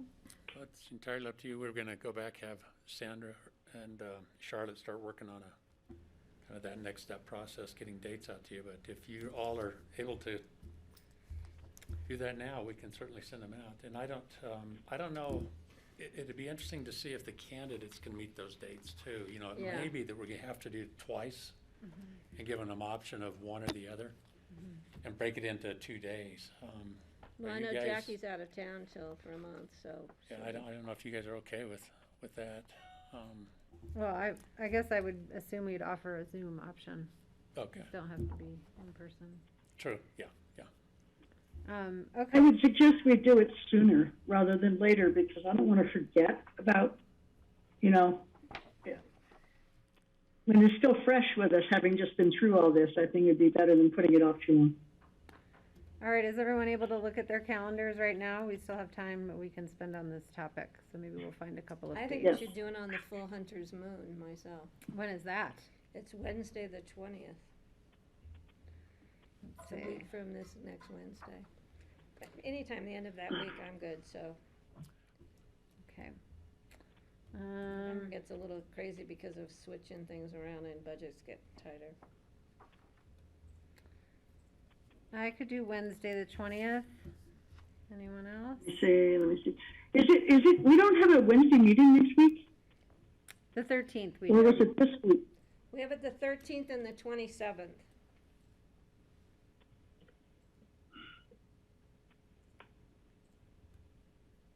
We could also do November 10th. Yeah. 10, 20, 11, Just so y'all know, next week, or the week of the 18th is fall break for my kids, and I may be taking them to look at colleges already. Wow. And so I'm probably going to be out on the Tuesday and Wednesday on the 19th and 20th. Well, I don't have anything the last week or the first week of November, so we're going to November 10th. Okay. I'm out on the 27th of October at the Wolf thing. We have a regular meeting That's that a day? Wednesday. We have Yeah, we another do. regular meeting that day. And Pandora's. And I will not be scheduled for there. that day. And Pandora's is that day. So, It's the 27th? Yes, ma'am. Damn it. Remember, hard to juggle Francie? it all. Francie, you said the Wolves were gonna be meeting on Tuesdays, and now they're all getting together on Wednesdays. Okay. In the new year, they're going to Thursdays. Because of me, I'm the only one who has a conflict on Wednesday. How well- about Friday the 5th? Or the 12th? I'll be post-op just a week. I can do either of those. I'm looking at, We decided that the 10th the or, 28th and 29th are out. yes, I booked on meetings the 28th and 29th. How about the 30th? That's the 5th Tuesday. Can I The propose? 30th of what? 30th what? November. So November 10th as one day and November 30th as the second day. November 30th is the Acro Board retreat. What And happened that's an in appointed November board. 5th? The Thanksgiving, the 10th, the 10th, Is that 11th. retreat all day? The 10th or the 12th? November 5th, we are going to be going I'm to gonna be out of Moab. town. Yeah, I'm sorry, I'm out of town that day too. Yeah. So we're looking at, are you here on the 10th? I'm here on the 10th. How about the 12th? Let's look at the 10th and the 12th of November. Or the 8th and the 12th? I'm good with that, any of those Can't three. do the 8th. I So can't the- do the 8th either. The Wednesday meetings are the 3rd and 17th, that's right, in November. That's That's correct. right. So the 10th, we don't have, That's why, the 10th or the 12th. Let's look at the 10th or the 12th. The 12th sounds pretty good. They both look good to me. All right, we got it. November We're gonna 10th look at and the 12th. 10th and 12th. 10th and 12th. Yeah. Starting at what Hopefully time? that week isn't a conflict for Well, we've somebody. gotta see what applicants can come on what days, so we're just getting dates to staff and they'll get back Okay. to us.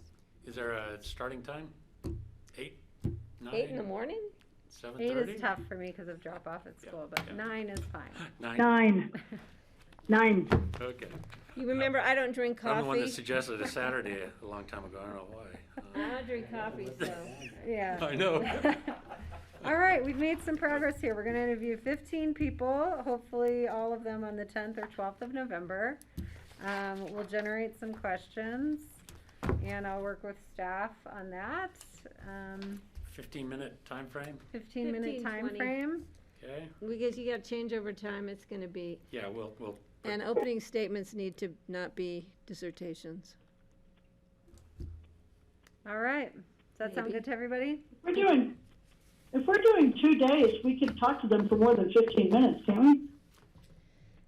We could. That gives us a buffer, but Yeah, so when you schedule them, or if you do the scheduling, Rich, if you do a 15 minutes and then leave a 5 or 10 gap between them so that we can talk to each other after the interviews and not schedule them back to back. And so that if we want to go over with somebody, we have a little bit of leeway. We also we may have 10 people who wanna do one day and 5 that wanna do the other, so we Well, can't. that's true. Yeah, so we That's need to true. we need to have a time frame that's fair, so, I'm gonna pick the Friday because I get an hour, you know? don't worry. I will have a timer and I will Keep move us people on along track. and- You'll do your thing. Well, the nice thing was that their applications, their resumes were very thorough. Yes. I mean, they did a great job. All these applicants, I was just so impressed. Yeah. Yeah, how about that Information one going. where his thesis was on the Aspen Airport? That was so cute. That was amazing. I'm impressed that the board did so well in getting so close. All right. So we're starting at 9 a.m. on the 12th until, what are we going to block out, 3 p.m.?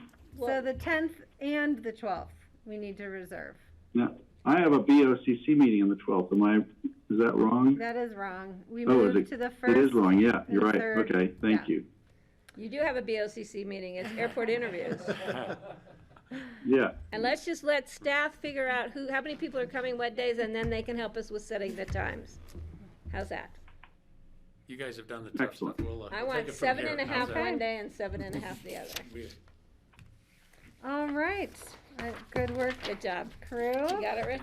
Got it. Thank you. Thank you all. Thank you. Thanks for being able to come down early. You betcha.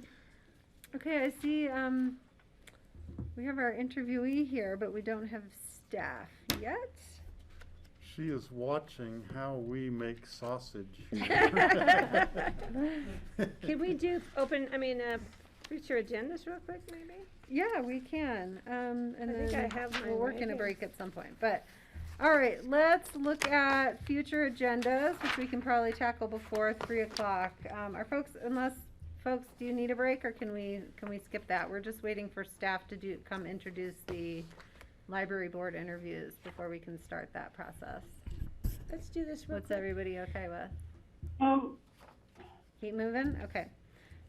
Future agendas. Staff, any? Yeah, just a few items for the board. I think you may be aware of these already, but email went out to the board about the Open Space and Trails Retreat, which will be November 18th at the Gant, 9 to 5. There was an invite sent to board members, so if commissioners, if any of you are planning on attending, if you could let Charlotte know, so that can be added to future agendas, especially if we've got, a quorum of board members that are going.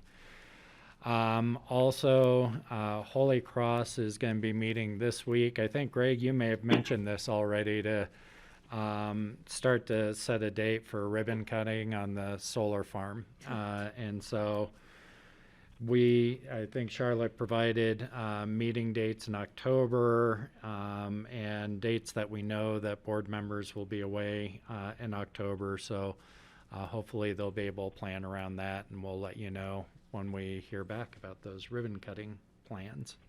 And black matted spray paint cutting day. And just a reminder that I know we've had a lot of site visits and invites to site visits. We just want to make sure that we are leaving enough time to get those scheduled on future agendas and properly noticed. I know we've had a couple that have come up short, and so if you all are hearing about site visits or having ideas about those, the sooner that we can get those on the agenda. We need to get them on future agendas, and we have to have an agenda for the site visit and have it noticed and then properly recorded. And it takes a little bit of time sometimes to set up. And that's all I've got on future agendas right now. Okay, others? Patty? Yeah, I just want to clarify, I will be out. Charlotte, sorry for the confusion between what month we're in. Are we in September or we are usually in October? I won't be here on the November 2nd or 4th, and I have a question mark on the 9th, but hopefully I'll be back on the 9th. But I don't know for sure yet. Okay, Francie? Now, Kelly, on the 27th, will you give me lots of warning when the Pandora thing starts, and I will find a place to go and zoom in from the wolf thing? Sure, let me scroll down to that. Yeah, Francie, there was a noticing issue on the 13th, so they had to bump it to the 27th. Yeah, I remember that now. I just hadn't put it together yet. It will, based on the current agenda, I think it will, the rest of the meeting will move quickly. So it'll be earlier. What time's the meeting start that day? We start at noon on that Wednesday. I'm guessing we'll be talking about Pandora by 1, based on this agenda. All right. I might even drive up to see how it goes with the wolf thing. Okay. Bring the wolves with you. Introduce them to us. Okay. Let's see. We are going to go there to the wolf retreat and Divide and actually see some wolves pretty soon. November, I think. Oh, cool. Or sometime soon. Trying to find where we might put time for short-term rentals. I hear Charlotte. Charlotte's going, yeah, Monitoring yeah, us well, in which the year? background. Which year do you want to put that in? All right, any other items? Okay, I'm not seeing any, so why don't we go ahead and start our citizen board interviews? Hi, Charlotte, come on up. Let's get your laptop turned on here.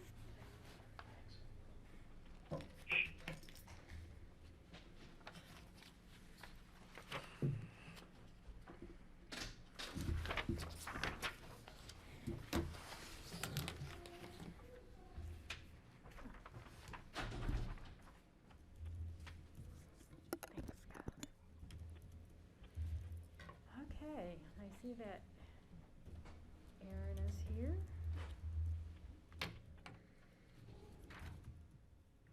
And Kathy Chandler was going to join us, but she might be running a few minutes late.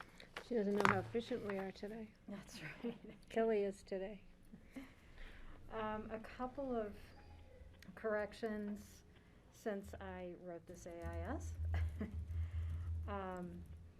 We actually have 3 applicants because there was an application attached to another one, and it turned out to be a different board, not this board. So we have Elizabeth Severy, who will be is scheduled for October 19th, and then you'll also be interviewing Ashley today. Kathy and I also spoke, and she brought to my attention that we actually have 2 alternate positions on this board at this time. Back in 2017, the board agreed that there could be 2 alternate vacancies on this board, so we have 3 applications and 3 vacancies. And I will let you take it from there, Kelly. All right. All right, so hi Kathy, did you want to join us up here? You're welcome to. You can. So we have Kathy just Chandler scoot Henley. right over here. I've just appointed you an Eagle County Commissioner. You're County Commissioner in Eagle right now. Thank you. Who's our librarian for the Pickett County Library, Chandler, here with us, and nice to see you. Thank you. So, did you have any opening remarks you'd like to make before we start the interview? Oh, well, Charlotte just gave us the overview.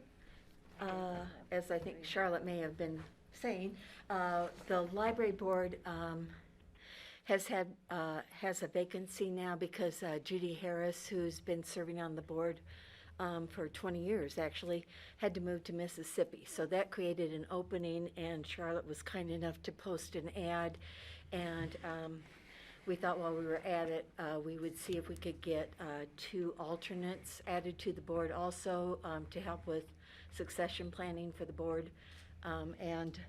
So that we did have one alternate named Elizabeth Nix, who was moved up to the board several months ago when John Kelleher decided to retire from the board. So that left us with no alternates to fill Judy Harris's position. And I contacted let me see, Ashley Connolly, who had applied to be on the board a few years ago, and there weren't enough openings, so she didn't get placed on the board. So I reached out to her because I had said when she had applied that we'd love to have her on the board if she were approved, and keep in touch with her. And then the other 2 candidates who have applied were people that I asked for. Some of our staff members who have book clubs contacted those folks and said, do you have some people in mind that might be great board candidates? So I called those people. So anyway, that's who the 3 folks are. Not personal friends, but people that we reached out to. All right, thank you. So with that, I will go ahead and welcome Erin. Thank you so much for applying. And Erin, generally how we run these interviews is we invite you to talk about why you're interested in this board and anything you believe you offer for the board. And then we'll do a round table with the county commissioners to ask you questions. And generally we wrap up the interview in about 15 minutes. And then when there are multiple interviews, as is the case with this position, we generally wait until we've interviewed all the candidates, and then our board has a conversation about who we'd like to appoint. We advise Kathy and Charlotte about that in this case, and then we do a formal resolution appointing the members of the public to the Public Citizen Board. So with that, please go ahead, tell us about yourself.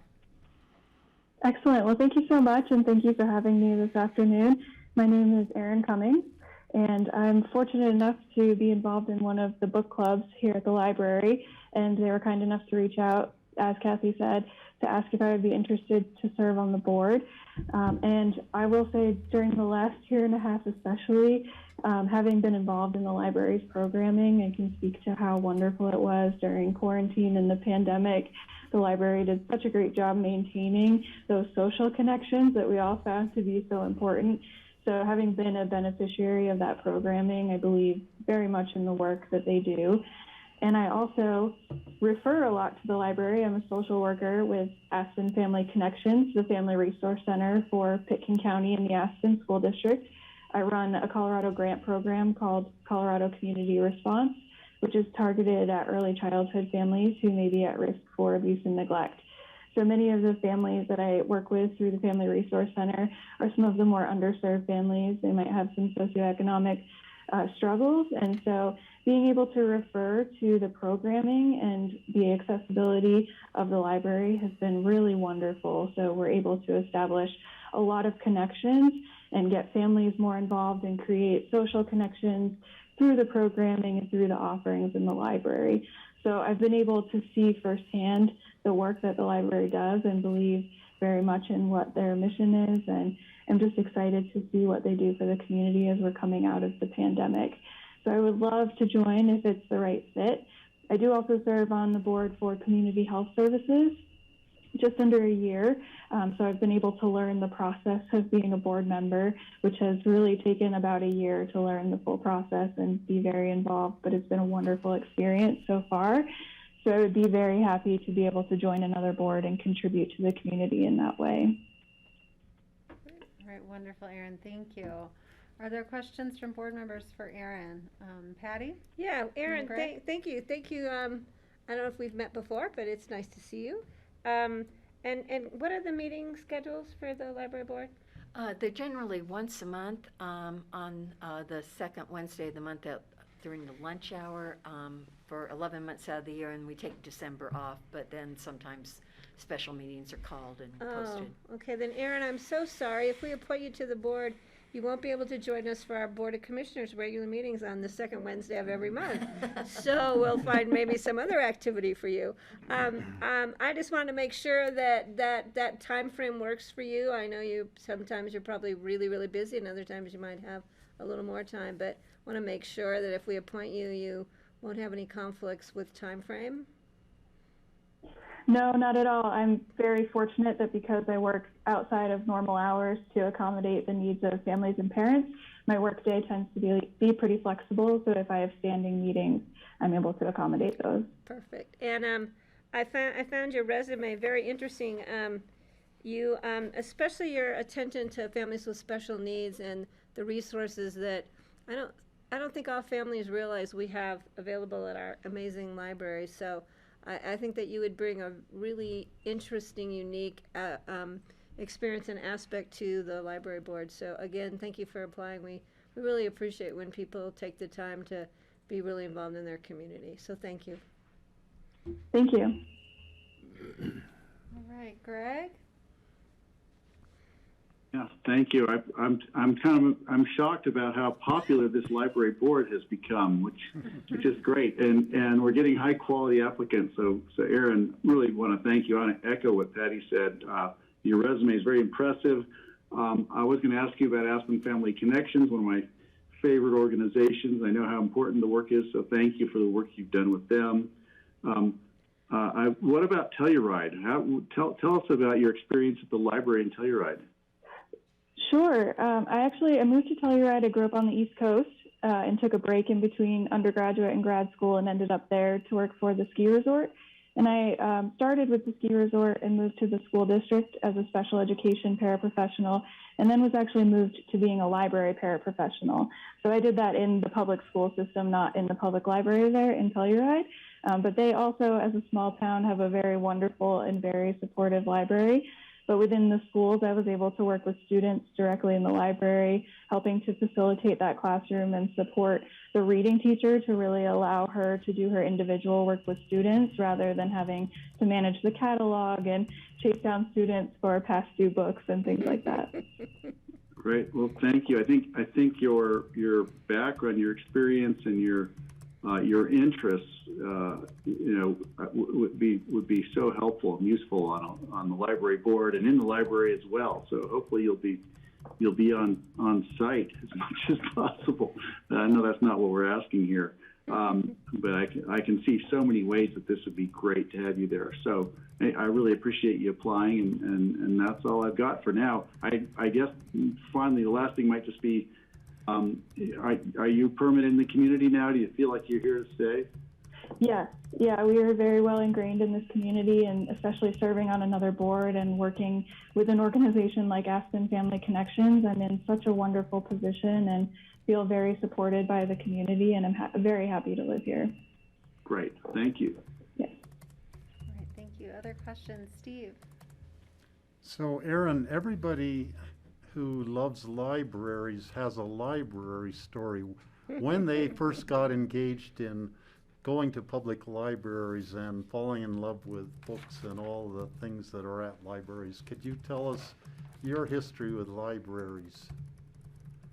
Absolutely. I can remember far back as a very young child. I have 3 other siblings, so my mom definitely had her hands full. But I can remember when we were very young, spending time at the library and having the opportunity to take books home, which really helped foster, I think, for all 4 of us, a love of reading that we all continue to have as adults. And so it started early on for me, and reading is something I feel very passionate about, and I'm happy to share with family and friends. So it's been a lifelong journey for me. Okay, that sounds similar to my story. Starting very young when I was just, when I couldn't even read, I was already going to libraries. Mm-hmm. Also, I worked with severe needs kids for several years in the BOCC school system, and so You know, I think we've had similar experiences there, and I think that the students that I worked with taught me way more than I ever taught them. I learned so much doing that. So thank you for doing that for a big part of your career. Absolutely, yeah, it's been an honor to work with those families, and it's a wonderful population of students, so it's been a pleasure. Thanks, Steve. Francie. Yeah, thank you so much, Erin, for the work you're doing in the community. Have been a teacher most of my life, and I know that the kids with, well, adults as well, with learning disabilities and issues really need as much support as I can get. My daughter works at Yampa, and she's very involved with kids with special needs, and so I really appreciate the work you do, and I just want to thank you for your willingness to serve on volunteer boards. It's really commendable. Thank you so much. And Erin, I have, I think 2 questions. So one, I'm curious what book club you were a part of, and then also, I don't want to assume that your interest is in the children's library. Perhaps there's another collection that, you know, has your heart, or other programs in the library that you are most interested in. So I'd like to hear about that. Sure, I'm a part of the Books and Brews Club with Genevieve Smith, which has been so much fun. It's a fiction club, so we read really interesting fiction books. She does a great job with the selection. So I definitely enjoy that aspect of the library, but I do think that I really would enjoy the children's library and learning more about that and being involved. I tend to work with a lot of younger children, like I mentioned before, so that's definitely my area of interest. But being a member of a club, I also have that attachment to the adult fiction as well. I was in Books and Brews years ago. I should rejoin because it was fun. In your free time. It's a lot of fun. I know, this was prior to kids for sure, but okay, well, Hey, thank Kelly, you. I Other have questions? Yeah, Greg. One more quick one, Erin, and I'm not going to try to steer you, but we do have so many various boards and volunteer boards. Have you looked at the other boards as well? Have you checked out any of the other boards to look for things you might be interested in? Because we definitely I'd love to keep you on and get you on one of our boards. I know there's more people applying for this than there are positions currently. At least that's what I gather. No, we have 3 positions and 3 people applying. Oh, and you take 2 alternates. Okay, so it's a moot point. But the question is, what other boards are you interested in, and have you looked? I have not looked. That's a great suggestion. I saw from the application that you can see what's currently open, so I'll definitely take a look at that if this isn't the right fit, and I'd be happy to apply for another area if it's the right fit for myself and my interests. Great, thank you. And I'm not going to suggest this is the wrong fit. I think this is the right fit. So it's great to have you here. Thank you. All right, Erin, so we'll have some formalities to tie up on our end, but we really appreciate your application to the board, and Kathy and Charlotte will communicate with you. Yeah, great. Thanks again. Thank you so much. I appreciate your time. Thank you. Thanks, for your Erin. time. Take care. You too. Bye. All right. I just want to see, I don't know if Ashley was planning on coming Ashley in was person planning or. on coming in person. Okay. Well, we have a few minutes before she's scheduled, so why don't we take about a 6-minute break, board members. She's scheduled to be here at 3:15, and then we'll come back and conduct that interview. Great. All right, thank you. Yeah, Charlotte, we just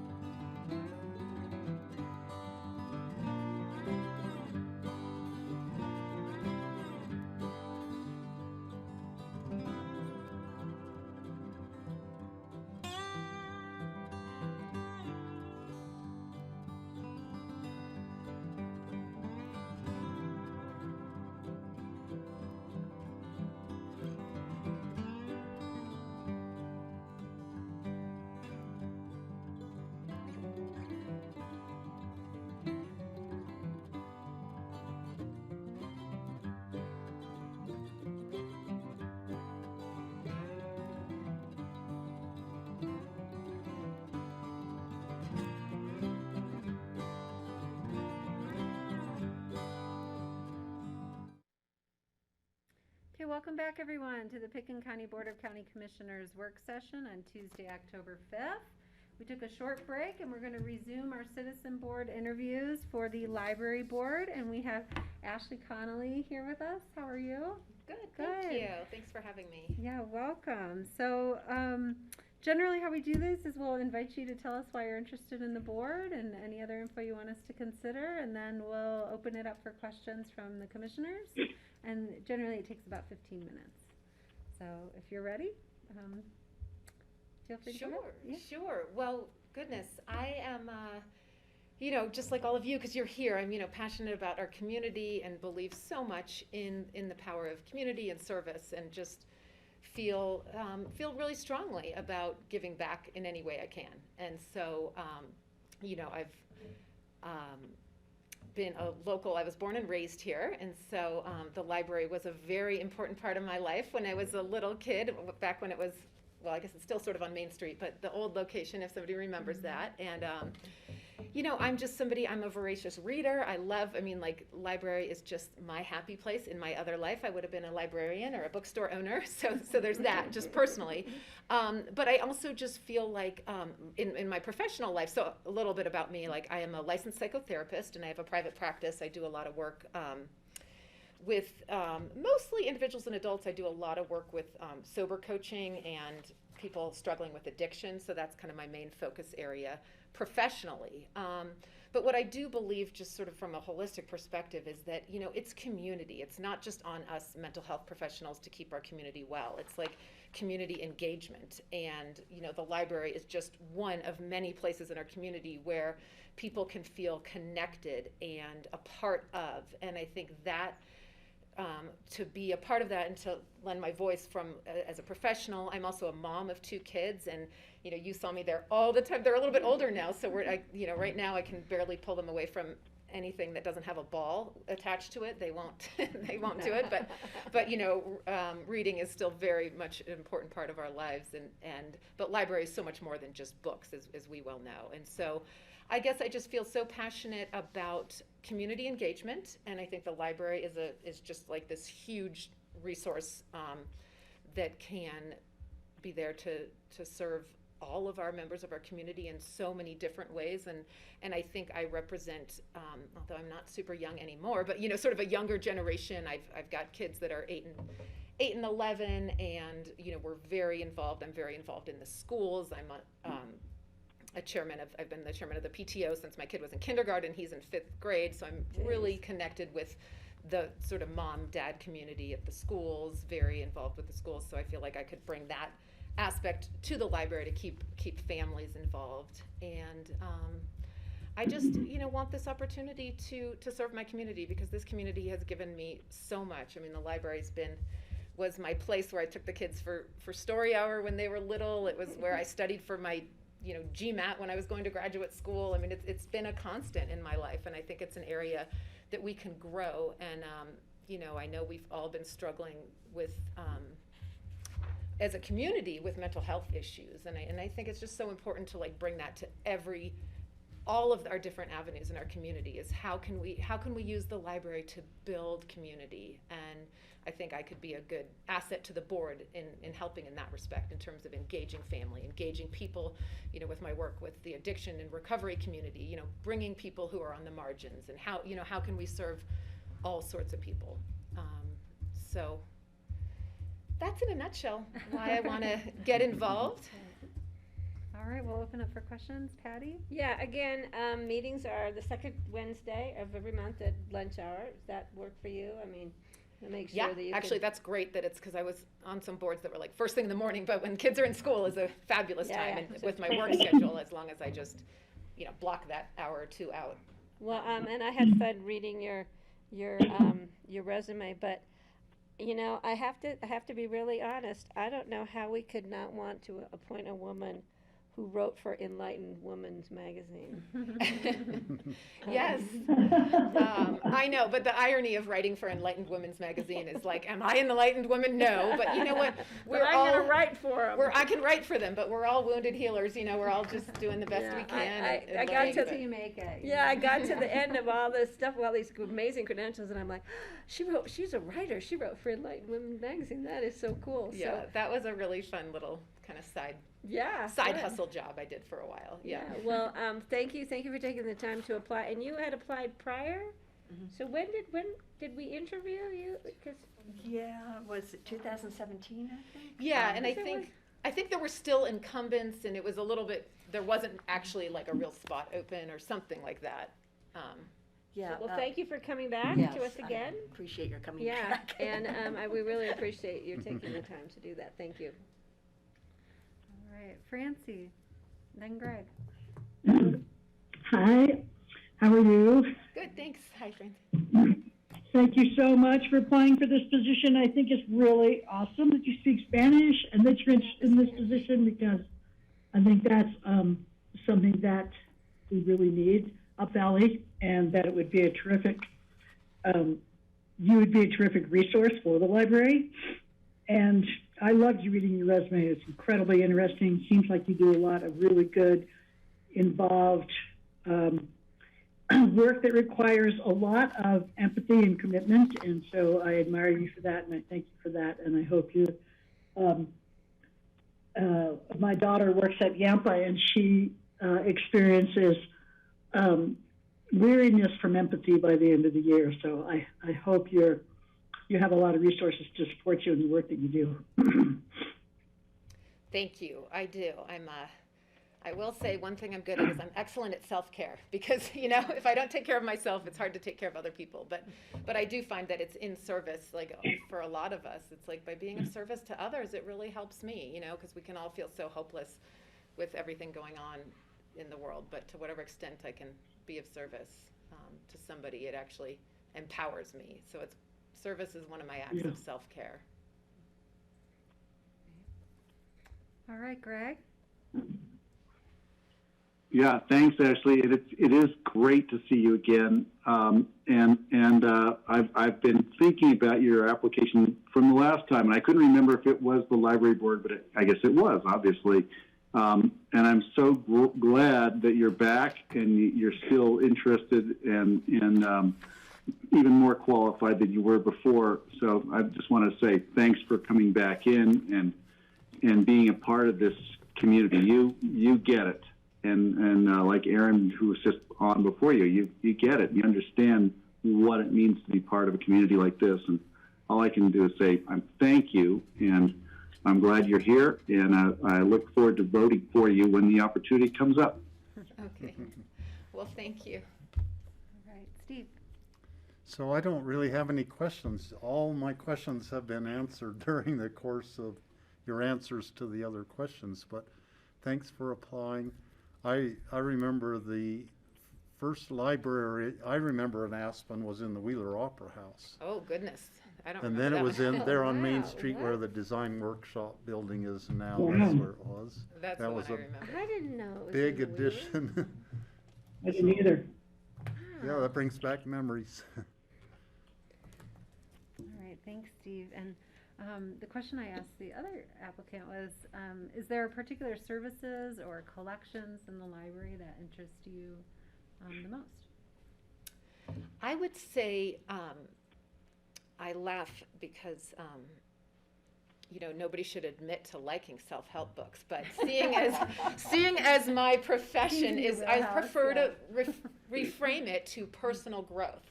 So I just love, like, I'm such a nonfiction junkie, where it's like, whether it's you know, the newest psychology book or the newest spiritual book or anything sort of in the personal growth genre. And I prefer when it's referred to that as opposed to self-help, because that gets a bad rap. But I'm very big on that.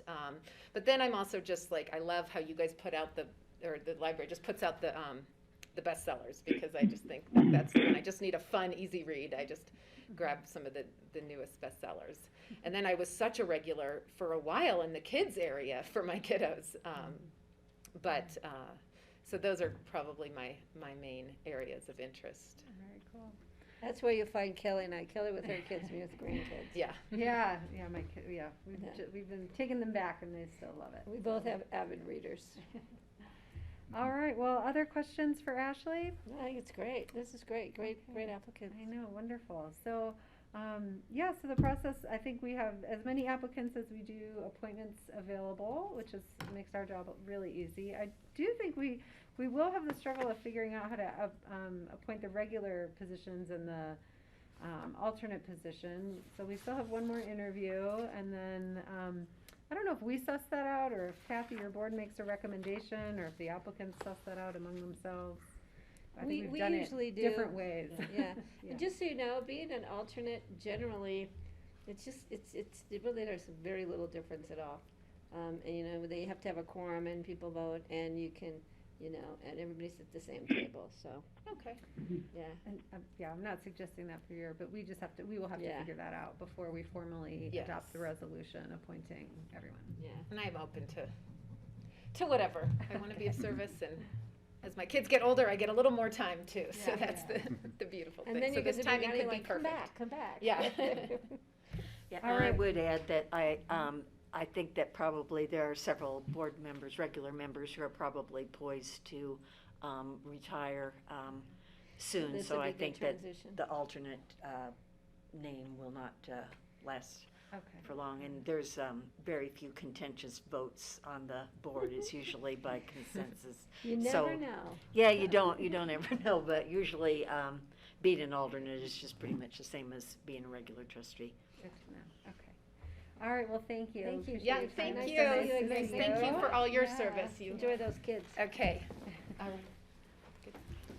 All right, Thanks, guys. so we have two more items left on our agenda today. We have we did future agendas. We just have open discussion. Is that right? Ah, Kelly, you're. Oh wait, COVID update. No, we skipped your COVID update. Sorry, John. Oh, gosh, how could we forget? Well, it's. All right, so it's 'cause we John, want it doesn't to. mean you can go Right. till 5. So, I think I have till 5. all right, let me just check in with Greg, because I know you have to leave. So do you have a preference No. of whether we do open discussion or COVID update first? I was going to beg for open discussion first, only because there was an issue regarding the letter to the Secretary of the Interior, and but I don't see Cindy or Zach on.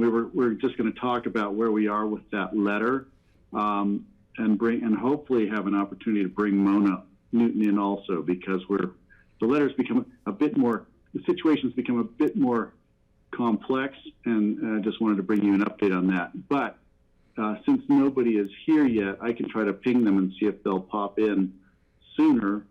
I'm just worried I'm going to miss that if I have to cut off at 4. Sure. Okay, I'm happy to do open discussion first, if that's okay with folks. We have a couple of other, I know I have a couple of items, and I'm not sure if John Peacock has some open discussion. Yeah, I've got one, which was the letter that Ann sent out, the C-Safe letter, and just getting the board's confirmation that. Is your mic needs- on? Sorry, I had one item, which is the C-Safe letter that was distributed to the board. We just want to get confirmation that meets the board's intent to send out. Yeah. Yeah, it looks good to me. Other input from board members? I like it. Okay. All right, thank you. We'll go ahead and prep that for my signature then. Was that it, John? That's all I've got for you. Yeah. Steve? Oops, I don't have to unmute. Yesterday, I gave testimony at the Transportation Committee rulemaking on the greenhouse gas emissions, which Greg had spoken at an earlier meeting. We had 4 of us from CC4CA spoke yesterday, so I went in person to the Glenwood City Hall, and the mayor of Glenwood was also there in person. And then Ben Tisdale and Matt Shear also spoke for CC4CA. So this rulemaking will determine how CDOT will change the rules to help comply with the emissions standards that have been set for a reduction in greenhouse gas emissions. So it's all tied into electrification of the fleet of cars in the state and how that will be accommodated. A lot of it has to do with the 5 metropolitan areas which have their own plans for their area. So the state rules more affect just all the rural parts of the state, which a lot of the rural parts of the state, they don't like electric vehicles or a mandate to have to electrify their fleet. They don't see the need for that. So I think all of us spoke very much in favor yesterday of multimodal transportation and the need to support the electrification of our automobile fleet. This all deals just with automobiles, not with truck traffic, which is a different matter. So that's it. Thank you, Steve, for doing that. Other items from board members before I dive into mine? Yeah, oh, I have one. The solar farm and the issues we've been receiving from Greg, one of your neighbors. You know, I think when this project is done, then we're gonna, you know, I think the Board of Commissioners was very clear about no glare. And I think once it's done and the panels are in place and they're positioned right, we have the plantings, we need to be very, very, very careful about evaluating that to make sure there's no glare. Because when I drove by yesterday, there was a lot of glare coming off the uprights because they're just bare steel. And so we may need to, I don't know if there's a plan to spray paint though, you know, to coat them with something that's non-reflective. But I think we owe that definitely to the community. But, you know, we were very clear in part of the passage of our approval. So hopefully we'll come back to that. And then hopefully, Greg, your neighbor can, you know, we can get the intercept lot cleaned up for him and he can move on to other things in his life. Because I know this has been, you know, he's been on this every day, so. Greg. Thanks, Patty. As a matter of fact, I was out at the solar farm today. I took a short tour with the project manager who happened to be in town, along with Mona Newton, who came with us. And they're very dangerously close to being completed. At the same time, they're reseeding and planting and doing a lot of the cleanup work, you know, reseeding where they had to put trenches and things like that. The grass is already growing back under the panels, so it's nice to see that, you know, things are returning, and I think they're going to be done with it very soon. The electricians were hooking it all up, so stay tuned for the opening. And yes, I brought that up with Leslie also, that once this thing is working, the reflection off the panels certainly won't be a problem. I verified, I took lots of pictures today, and I saw that the panels themselves do indeed have black anodized frames. The structures underneath them are what do you call it? It's not anodized, but it's you know, it's a steel that has been I'm blanking the name out. It's a matte finish on the steel, so I think the reflection is going to be minimal. But even still, it may be that we need to come in at some point, or they might need to plant some trees, or, you know, do some more with the berm or something just to hide reflection. But I'm fairly confident the reflection is going to be quite low. Once these things are also working, the panels haven't been articulating with the sun yet. When they do that, they won't be kicking light, you know, reflecting light back at us the way the frames have been before it's hooked up. So, yes, we had that conversation today.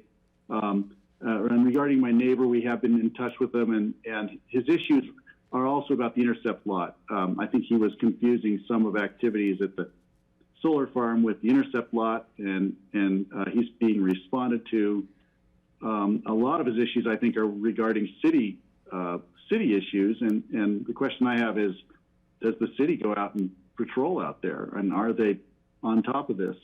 I can imagine them not being, because it's the intercept lot. It's way outside of town. But and I've forwarded and shared that with John and others, just the questions we have regarding that. Yeah. So I think that things are going to calm down. once that solar farm is finished and all the equipment's out of there, it's going to be very quiet and as unreflective as possible. They've assured me of that, and I trust, I believe them. So thanks. Okay, thank you. I think the city does go out and patrol twice a day. So it's city enforcement, and I think staff's been in touch with the city about the illegal camper guide that's out there and some other issues.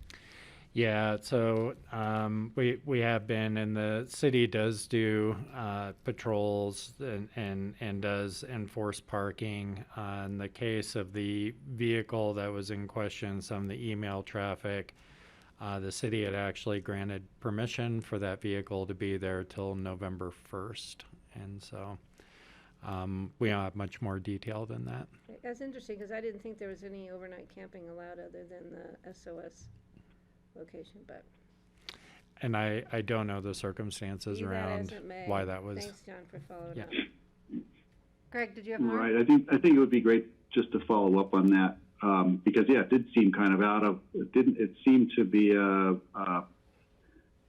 issue that was outside the understanding that we've all had regarding what was going to happen out there. So I thought Nan did respond. The city should let us know what they're doing and why in that case. Okay, Francie. Yeah, I got a letter from Diane from APCHA today that was asking Kelly and me to respond to a survey about affordable housing from the Affordable Housing Transformational Task Force. But I'm telling you about it because the interesting thing is that they didn't consider STRs to be a factor in affordable housing. And so we had two state representatives who tried to bring that up and pass it apparently, but it's not even mentioned in the survey. But I guess, Kelly, there's a place at the bottom where we could say something about it. Or anyway, I thought that was interesting that they didn't see that the two were related in any way. I definitely think they are. I think there's a very big divide between the committee and the resort community's experiences based on multiple topics that I'm hearing about. So I'm not surprised there, but yeah. Okay, Greg, I think your cohort is here to talk about the Secretary of Interior letter. Moving yes, over, in the nick of please. time, I was just texting like, where are you, Cindy? Mona may join us as well. And thank you, Cindy. If you want to carry it away, go ahead. I've kind of teed it up. But the point is, we've got this great letter that Zach constructed. John Ely has approved it. We think it's a great letter. The issue is that there might be, this could be a long process. You know, if we're asked for a change in the rules, it could take a year or two. It could go into the next administration, and that makes me nervous. So Mona just came on, and she could talk a little bit about it's not an alternative. It's kind of like two non-mutually exclusive letters that we could be sending to try to get action started with Coal Basin while also pushing for a broader rulemaking. So I'm going to let either one of you take it away. Thank you. I'm going to let Mona go with the new idea, but I think Greg said it well. There's kind of these parallel tracks on keeping it open for helping the entire state and nation with a rulemaking letter that you've seen from Zach, and now Mona's new concept about moving forward with an idea that might get us with our very specific needs with Coal Basin moving more quickly. And it's not a brand new idea. This has been circulating for a while. So it's been in development for a while, and I apologize, I neglected to talk about it. So thank you, Mona, for reminding us. Well, and thank you all, commissioners, and Cindy for allowing me to join your meeting today. So yeah, with Coal Basin, it's a complex project that we're trying to move forward here with our steering committee group, and Coal's been really kind of leading this effort and in partnership with a lot of different people. And one of the approaches that we've talked with the senator's office about is an idea that we would work through FLPMA, the Federal Land Management Policy Act. And the idea would be that we would ask them to allow us what we're calling creative interpretation, or ask them to allow us under a specific section of FLTMA to go in and develop this project. And so that would be the first. It's a, as Greg mentioned, sort of a two-pronged approach, or the idea would be to send this letter in advance of the other letter that Zach presented to you last week, or maybe earlier this week. I like kind of lose track of time sometimes.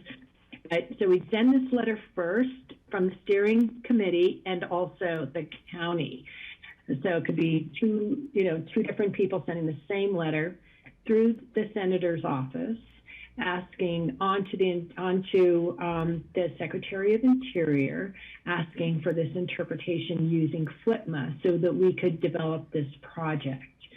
And then the second piece, as Cindy and Greg have mentioned, the second letter would then ask for the regulatory process. Because as Greg mentioned, we want to try to develop this project ideally if we could work with the U.S. Forest Service, and I was just going over my notes of a meeting we had with them in August, start moving on some kind of environmental assessment process, and then talking a little bit about some other steps. We could start moving the project along. If we waited for a regulatory process that would apply to all types of coal mines, whether closed, abandoned, or operating, it could take a while because the Department of Interior has already released their 2020 rulemaking calendar, and unfortunately, coal mine methane is not on there. So if we could, I think that's what we would suggest that we could all do with this process at this point. Send a letter initially, and we would present a draft, or we'll share a draft with Zach and Cindy towards the end of this week, and then in a couple of weeks, follow that letter up with that requests the rulemaking process. Does that make sense? Sure, that does to me. Can you move Zach over, please, Skylar, as a panelist? Thank you.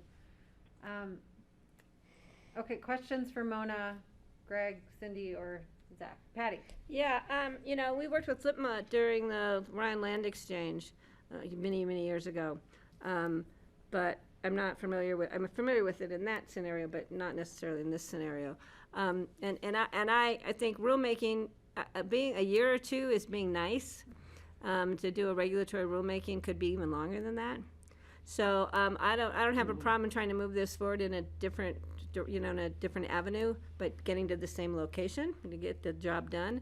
I just don't want to confuse them with then sending them this first letter and then sending them another one saying, oh, we want to kind of keep them on one track rather than confuse them with the rulemaking, maybe, yeah. So, but you can feel the waters with that one. But I would definitely start moving it along in the best way we can. Great. Cindy? Yeah, one of the things that we asked Mona to do when we heard about this parallel effort going on is to check in with Senator Bennett's office and John Whitney to determine the best route forward, to find out their advice in terms of moving forward. Because they'll know those processes a lot better than we will. Okay, great, good idea. Yeah, and we have had that initial conversation, but we will follow up with him once we get this letter drafted that we want to share with you as well, and shared with him. And we actually talked with Senator Bennett's chief of climate policy lead in August about this approach. And she agreed the approach using an interpretation under a specific section of FLTMA, and she agreed that that would be a good approach. And we will follow up again, Cindy, to confirm that that's how we should move. Do you have any questions, Steve? Go ahead. So,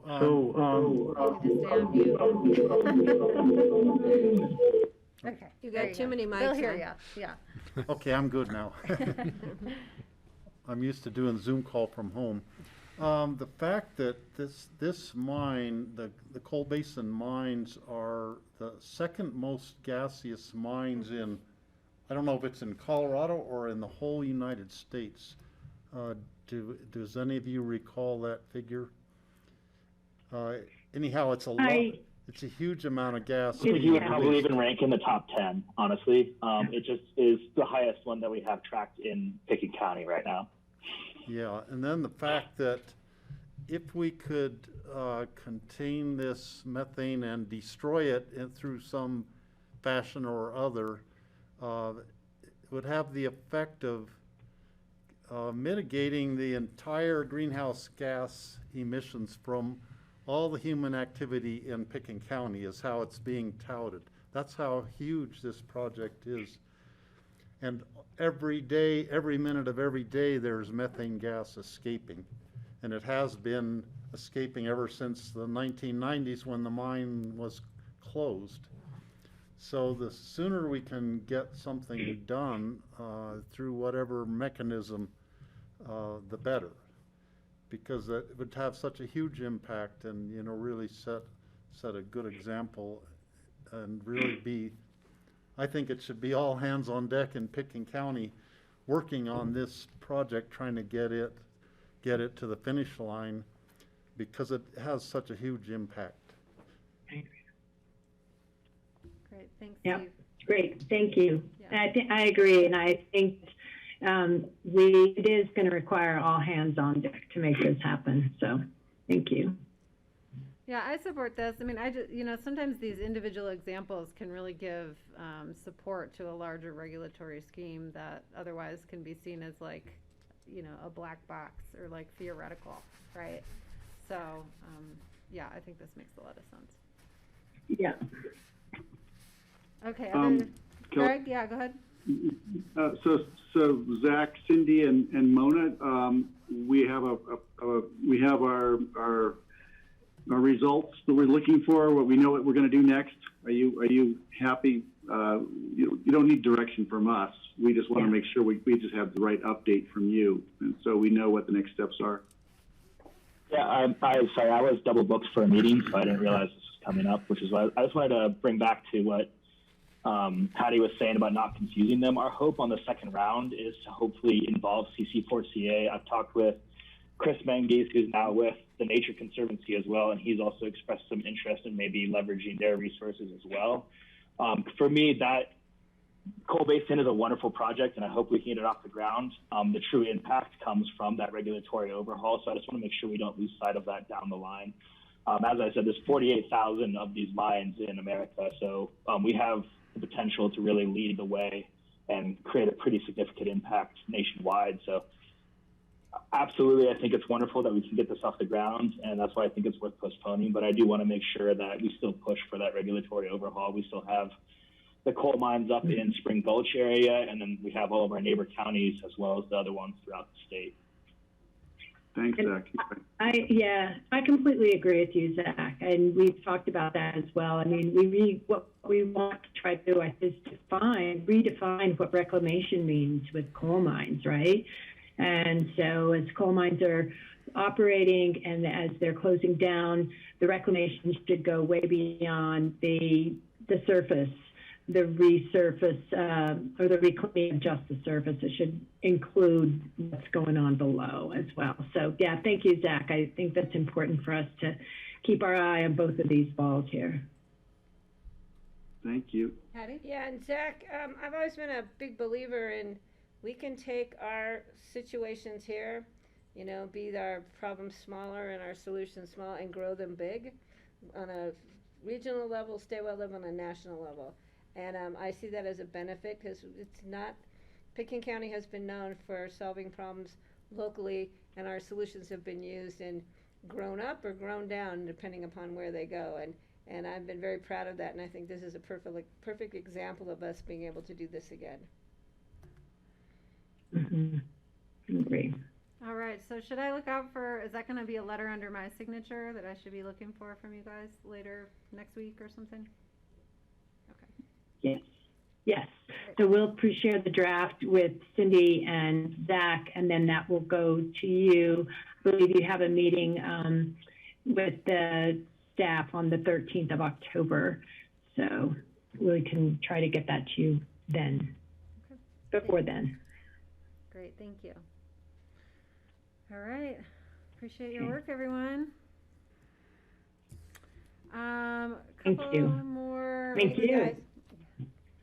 Couple more open discussion. I want to check in, remind the board that the Celebrate the Crystal event is happening up on Marbletown Park on Saturday. You know, this really is kind of a broader campaign kickoff effort to like really just focus on all the wonderful qualities of the crystal, and I wanted to see if any folks planned to go to that. It's from 3 o'clock until about 7, with a variety of activities, and I'm sure the coalition would love to see other people besides me. I'll be there. Oh, great, Francie. I'll definitely be there. I know Patty will be out of town. I'll be out of town. I don't know if we need to notice it. I guess I should wonder. It's a beautiful time of year to go to Yeah. Marble. I do not plan to be there, if that helps. Steve, what about you? I was going to unmute myself again. I have tentatively been planning on going, especially since the Stand at the Summit event was canceled. And because of my long history with Wilderness Workshop, I feel this, you know, like I should be there. So we should probably notice it? Yeah, I think so. And what is it and I called can again? follow I'm up with sorry. Charlotte. It's called Yeah. Celebrate the Crystal. Thank you. Yeah. Well, if Steve's going to go, then I can go, and it won't be a problem. So thank you, Steve. That keeps it open for me as an option. Well, we'd love to see you. It's really just a I'm fun done. community event. Starts Yeah. at 3 in the afternoon. I'll recirculate the poster through Charlotte for you. It'll be fun. Okay, and then the last thing I have a couple things on the airport, just quickly. You know, this, I'd love to figure out how to navigate a better relationship with the FAA, so we're not all taken aback like we were last week with their repairs. And I don't know if there is a path forward for that, but you know, gosh, I was just thinking. I mean, I got married on October 2nd, and 6 years ago, and you know, our wedding would have really been impacted, and I can relate to people who, you know, ran into this unforeseen, unplanned delays and travel issues related to that. So, you know, I think we should try, we owe it to the community to try and see if there's a way for us to better suss that out, so we're not so taken by surprise on that, even though it wasn't anything in the airport's control. Perhaps some relationship building there might avoid it in the future. And then I also I think we need to follow up with Senator Bennett from our meeting in August, and then I'd look for staff's help on organizing a meeting with Hickenlooper's staff.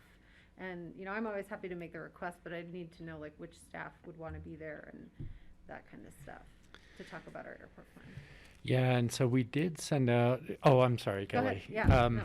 So I'll take those in reverse order. So we have sent out a request for a meeting to both Hickenlooper and Bennett's office, and haven't heard back from Hickenlooper's office on a date when he would be able to meet.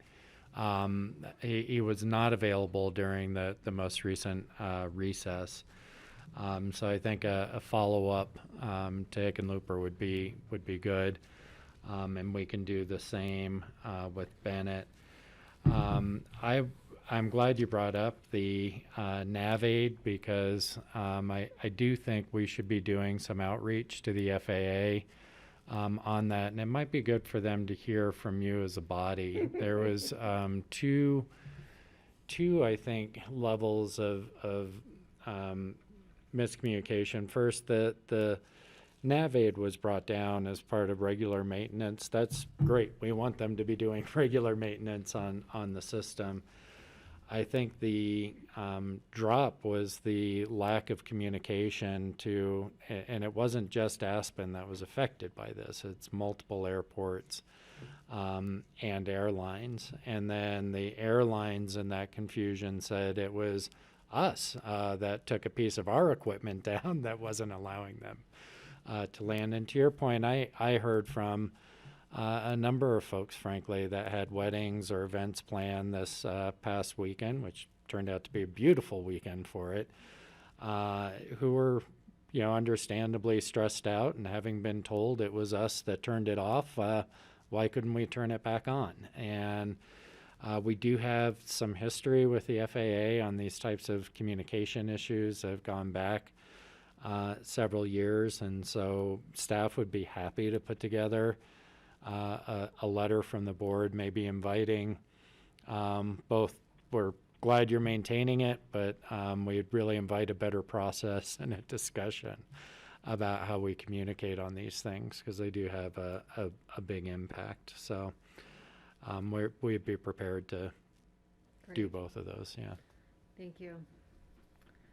Well, I'll tell you how it goes tomorrow when I have to drive to Denver and not fly. Any other open discussion items?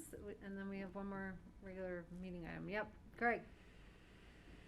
Just that I forwarded out to John a letter that was sent to all of us regarding undergrounding of electric that was sent to Holy Cross. Undergrounding of electric lines in the east of Aspen. A request came in from a homeowner regarding maybe an HOA. Just wanted to give a heads up, and I sent it to John. And John, you could just tell us who would be the point person on that to respond. It's in my district, so maybe I should respond, but I need to know what to say. So you'll get a chance to read it. No need to do it right now. It's just regarding using Build Back Better funds for undergrounding as President Biden specified. Maybe there's an opportunity there to do some of it in our fire-prone neighborhoods. Just want to call your attention to it. We can talk about it. Yeah, thanks, Greg. Let me look at that. I suspect that this would be more an opportunity for Holy Cross, but I'll take a look at it. Right, great. Yeah, I copied Brian Hannigan as well. So, and I think Holy Cross is already on the letter. So, okay. I guess I'll just keep a finger in it. Thank you. Thank you, and thank you for rescheduling the day, Kelly and John and board. I really appreciate it, and I won't ask often. Till Thank next you week. so much. And I'm going to go here. I've got to leave here in about a minute. All right, Steve. One more item, and this is more probably between Kelly and me, but this Friday is the CCI voting on the priorities for the CCI bills. So if you can get a chance to look over the list and maybe pick out ones that are really good that we want to support, or ones that are really bad that we really want to oppose, and I'll do the same. Okay. And if you could get that list to me, I'd Sure. appreciate I'll try and make it over too, if I have a chance tomorrow Okay. or Thursday. All right. All right, COVID? Any others? All right. Back to our COVID-19 update. Okay, and not a lot has changed, so hopefully this will be brief for you. I would rather it was long, because things had changed so much that we had to make a lot of re-decisions. Well, that may be coming at some point, but Let's hope. yeah, so just going to go over metrics, an update on metrics today. Talk a little bit about winter planning discussions. You probably won't really get details on that until our next meeting, and then we can go into questions and discussions. Basic incidence rate, this is the cases per 100,000. This is a graph that you see every week. And see that we've come down from where we were in late September, but really hovering in this 169 to 174 kind of area. We had hoped that this trend down was going to continue, but it's kind of bumping along. This is taking a look back. The Aspen Valley Hospital remains in cautious. They do revisit that, I believe, on Wednesdays of each week. And so based on the most recent data, we'll be looking to see if they make a change tomorrow. But I do think it's worth it. These bullet points are from our weekly report, so you can kind of see some of the metrics that we're playing in to Aspen Valley Hospitals being at the cautious level. And while there were no admissions, what was really causing the challenge was the acute bed and ICU bed. These are statewide averages. We saw some of the hospitals that AVH transfers to being even more stressed from a capacity perspective, and there have been staffing challenges. And so our understanding is that's kind of what's kept them in cautious. Again, I think it's likely that we'll see that change tomorrow when they revisit it. I think this bullet point statewide remains really important to keep out there, that 81% of the people hospitalized throughout the state of Colorado, last week were unvaccinated. And so while we do see breakthrough cases of vaccines or infections that contribute to that incidence rate, we still see vaccines being very effective against serious illness and preventing hospitalization. So just want to keep emphasizing that. Similar, we're kind of a little bit coming down. There's a little bit of a bump here. This is kind of leveling out, going up and down. Our last 4 calendar weeks, we are seeing the weekly cumulative case count come down from over the last 4 weeks, and we'll continue to watch that. We certainly want to get this number down before we get into our winter season.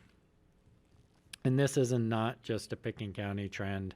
This is a state and national trend now that we're starting to see a little bit of decrease, but still relatively somewhat high incidence rates, but hospitalizations coming down.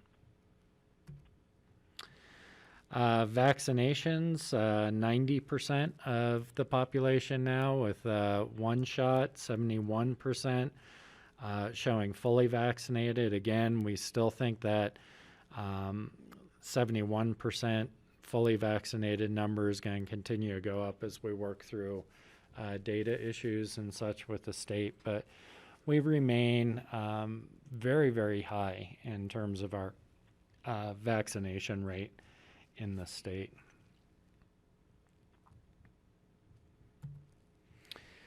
And then I am really going through this quickly. Winter planning. Right now, discussions are happening on what metrics are we going to use, and how are we going to use them to trigger mitigation measures into this winter season. Vaccines have changed a lot of things in terms of how you might view incidence rate versus hospitalizations or what have you. Certainly before any limitations, capacity limitations and such are considered, really are focusing on measures of serious illness and our hospital capacity, and how do those trigger mitigation steps into the winter. So that's going to be a focus this week with both staff. There's also a winter planning group that's been meeting on a regular basis that will be meeting this week to try and come up with a broad set of recommendations for the Board of Health meeting next week. So I'd imagine next week you'll have Jordana here to do the COVID update, that hopefully she'll be able to talk in a little bit more detail about the work that's getting done on that this week in prep for that Board of Health meeting. The real goal here is we're really transitioning from disease management or trying to prevent the disease to living with the disease, and how do we manage serious illness and capacity of our healthcare system. So that's going to be the focus. And that's all I had. I got through that pretty quick. Wow. I will say I did skip over something. Uh-oh, I knew it. I know. Well, maybe I just forgot to put it in. Testing. I just want to note that rapid tests for symptomatic individuals are available through Roaring Fork COVID testing, both at the airport and in Aspen. They are for symptomatic individuals, not asymptomatic. Public Health also met with the school district, and they're talking about how to use the rapid Binax tests to distribute those more effectively in the schools now. And Greg is not here, but I know he was part as the chair of the Board of Health of some of those discussions. And I believe he would speak better to it, but another request to the state for rapid PCR testing or other options. Staff, at the staff level, we feel that we've done as much as we can to make those asks at this point. The state is providing the microgen and the Binax tests, and really hasn't shown any interest in additional contracts at this point. And so I do think Greg is going to be trying to bring those conversations to CDPHE. But what is the hospital using for their rapid PCRs? So they're using, they have two. One is a Cepheid, and the Cepheid tests are very good, but they have had supply chain issues. And so almost all hospitals are on limited allocations, and so the hospital has been primarily reserving those Cepheid tests for their inpatient or such use to really protect the hospital capacity. They also have what's called BioFire, which tests for 12 different viruses. It's a more expensive, also rapid test. They've been really trying to figure out the supply chain to be able to roll those out more effectively, but that just has not resolved itself amazingly over this time, and hospitals within Colorado that are using Cepheid have been trying to support each other with 40 or 50 cartridges here or there for the test, which does not support broad-based community testing. Patty. Yeah, I had someone call me this weekend. I'm sorry, Francie. Issue with the high school. Oh, sorry, Francie. I'll be real quick. Issue with the high school. Her son had to be tested. It was a week he'd been out of school. Couldn't go back till his test results were back. It took a week, and nobody had called her or anything. And she contacted me, and she ended up going over to the testing site here, and they helped her follow up. But I didn't think we were a week out on testing.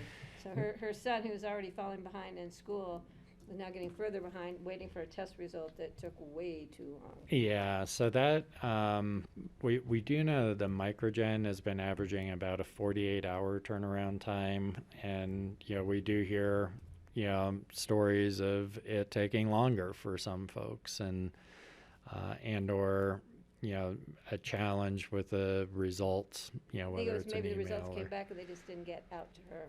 Yeah.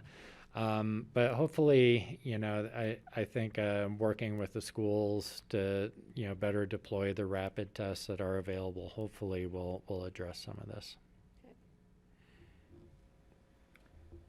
Okay, keep us posted. Okay. That's it. I think it's the fastest Go one ahead, I've ever sorry. done. Can I say something Yes, please, sorry. before Francie. John goes? My granddaughter is one of the statistics. She has COVID. She was vaccinated the first day it was available, and she's sick. So it's not just that she tested positive. She is sick, and she's been sick for a week. She's been home.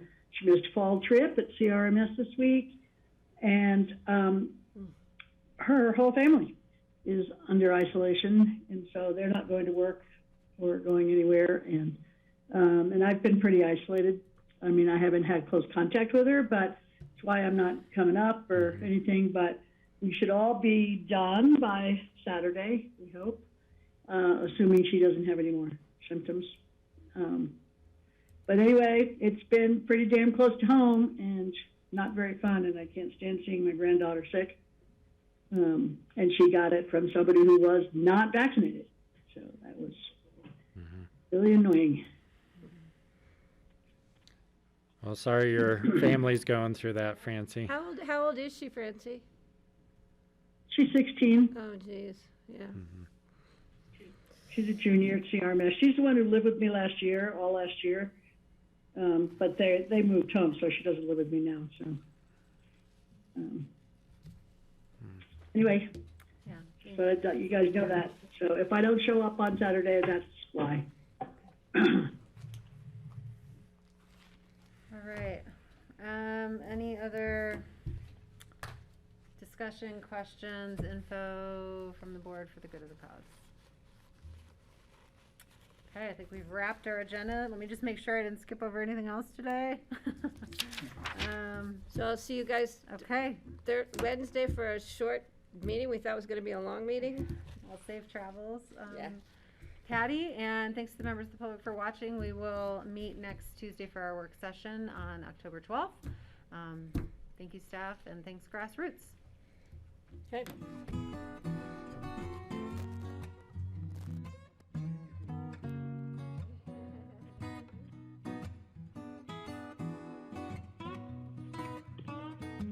Goodbye.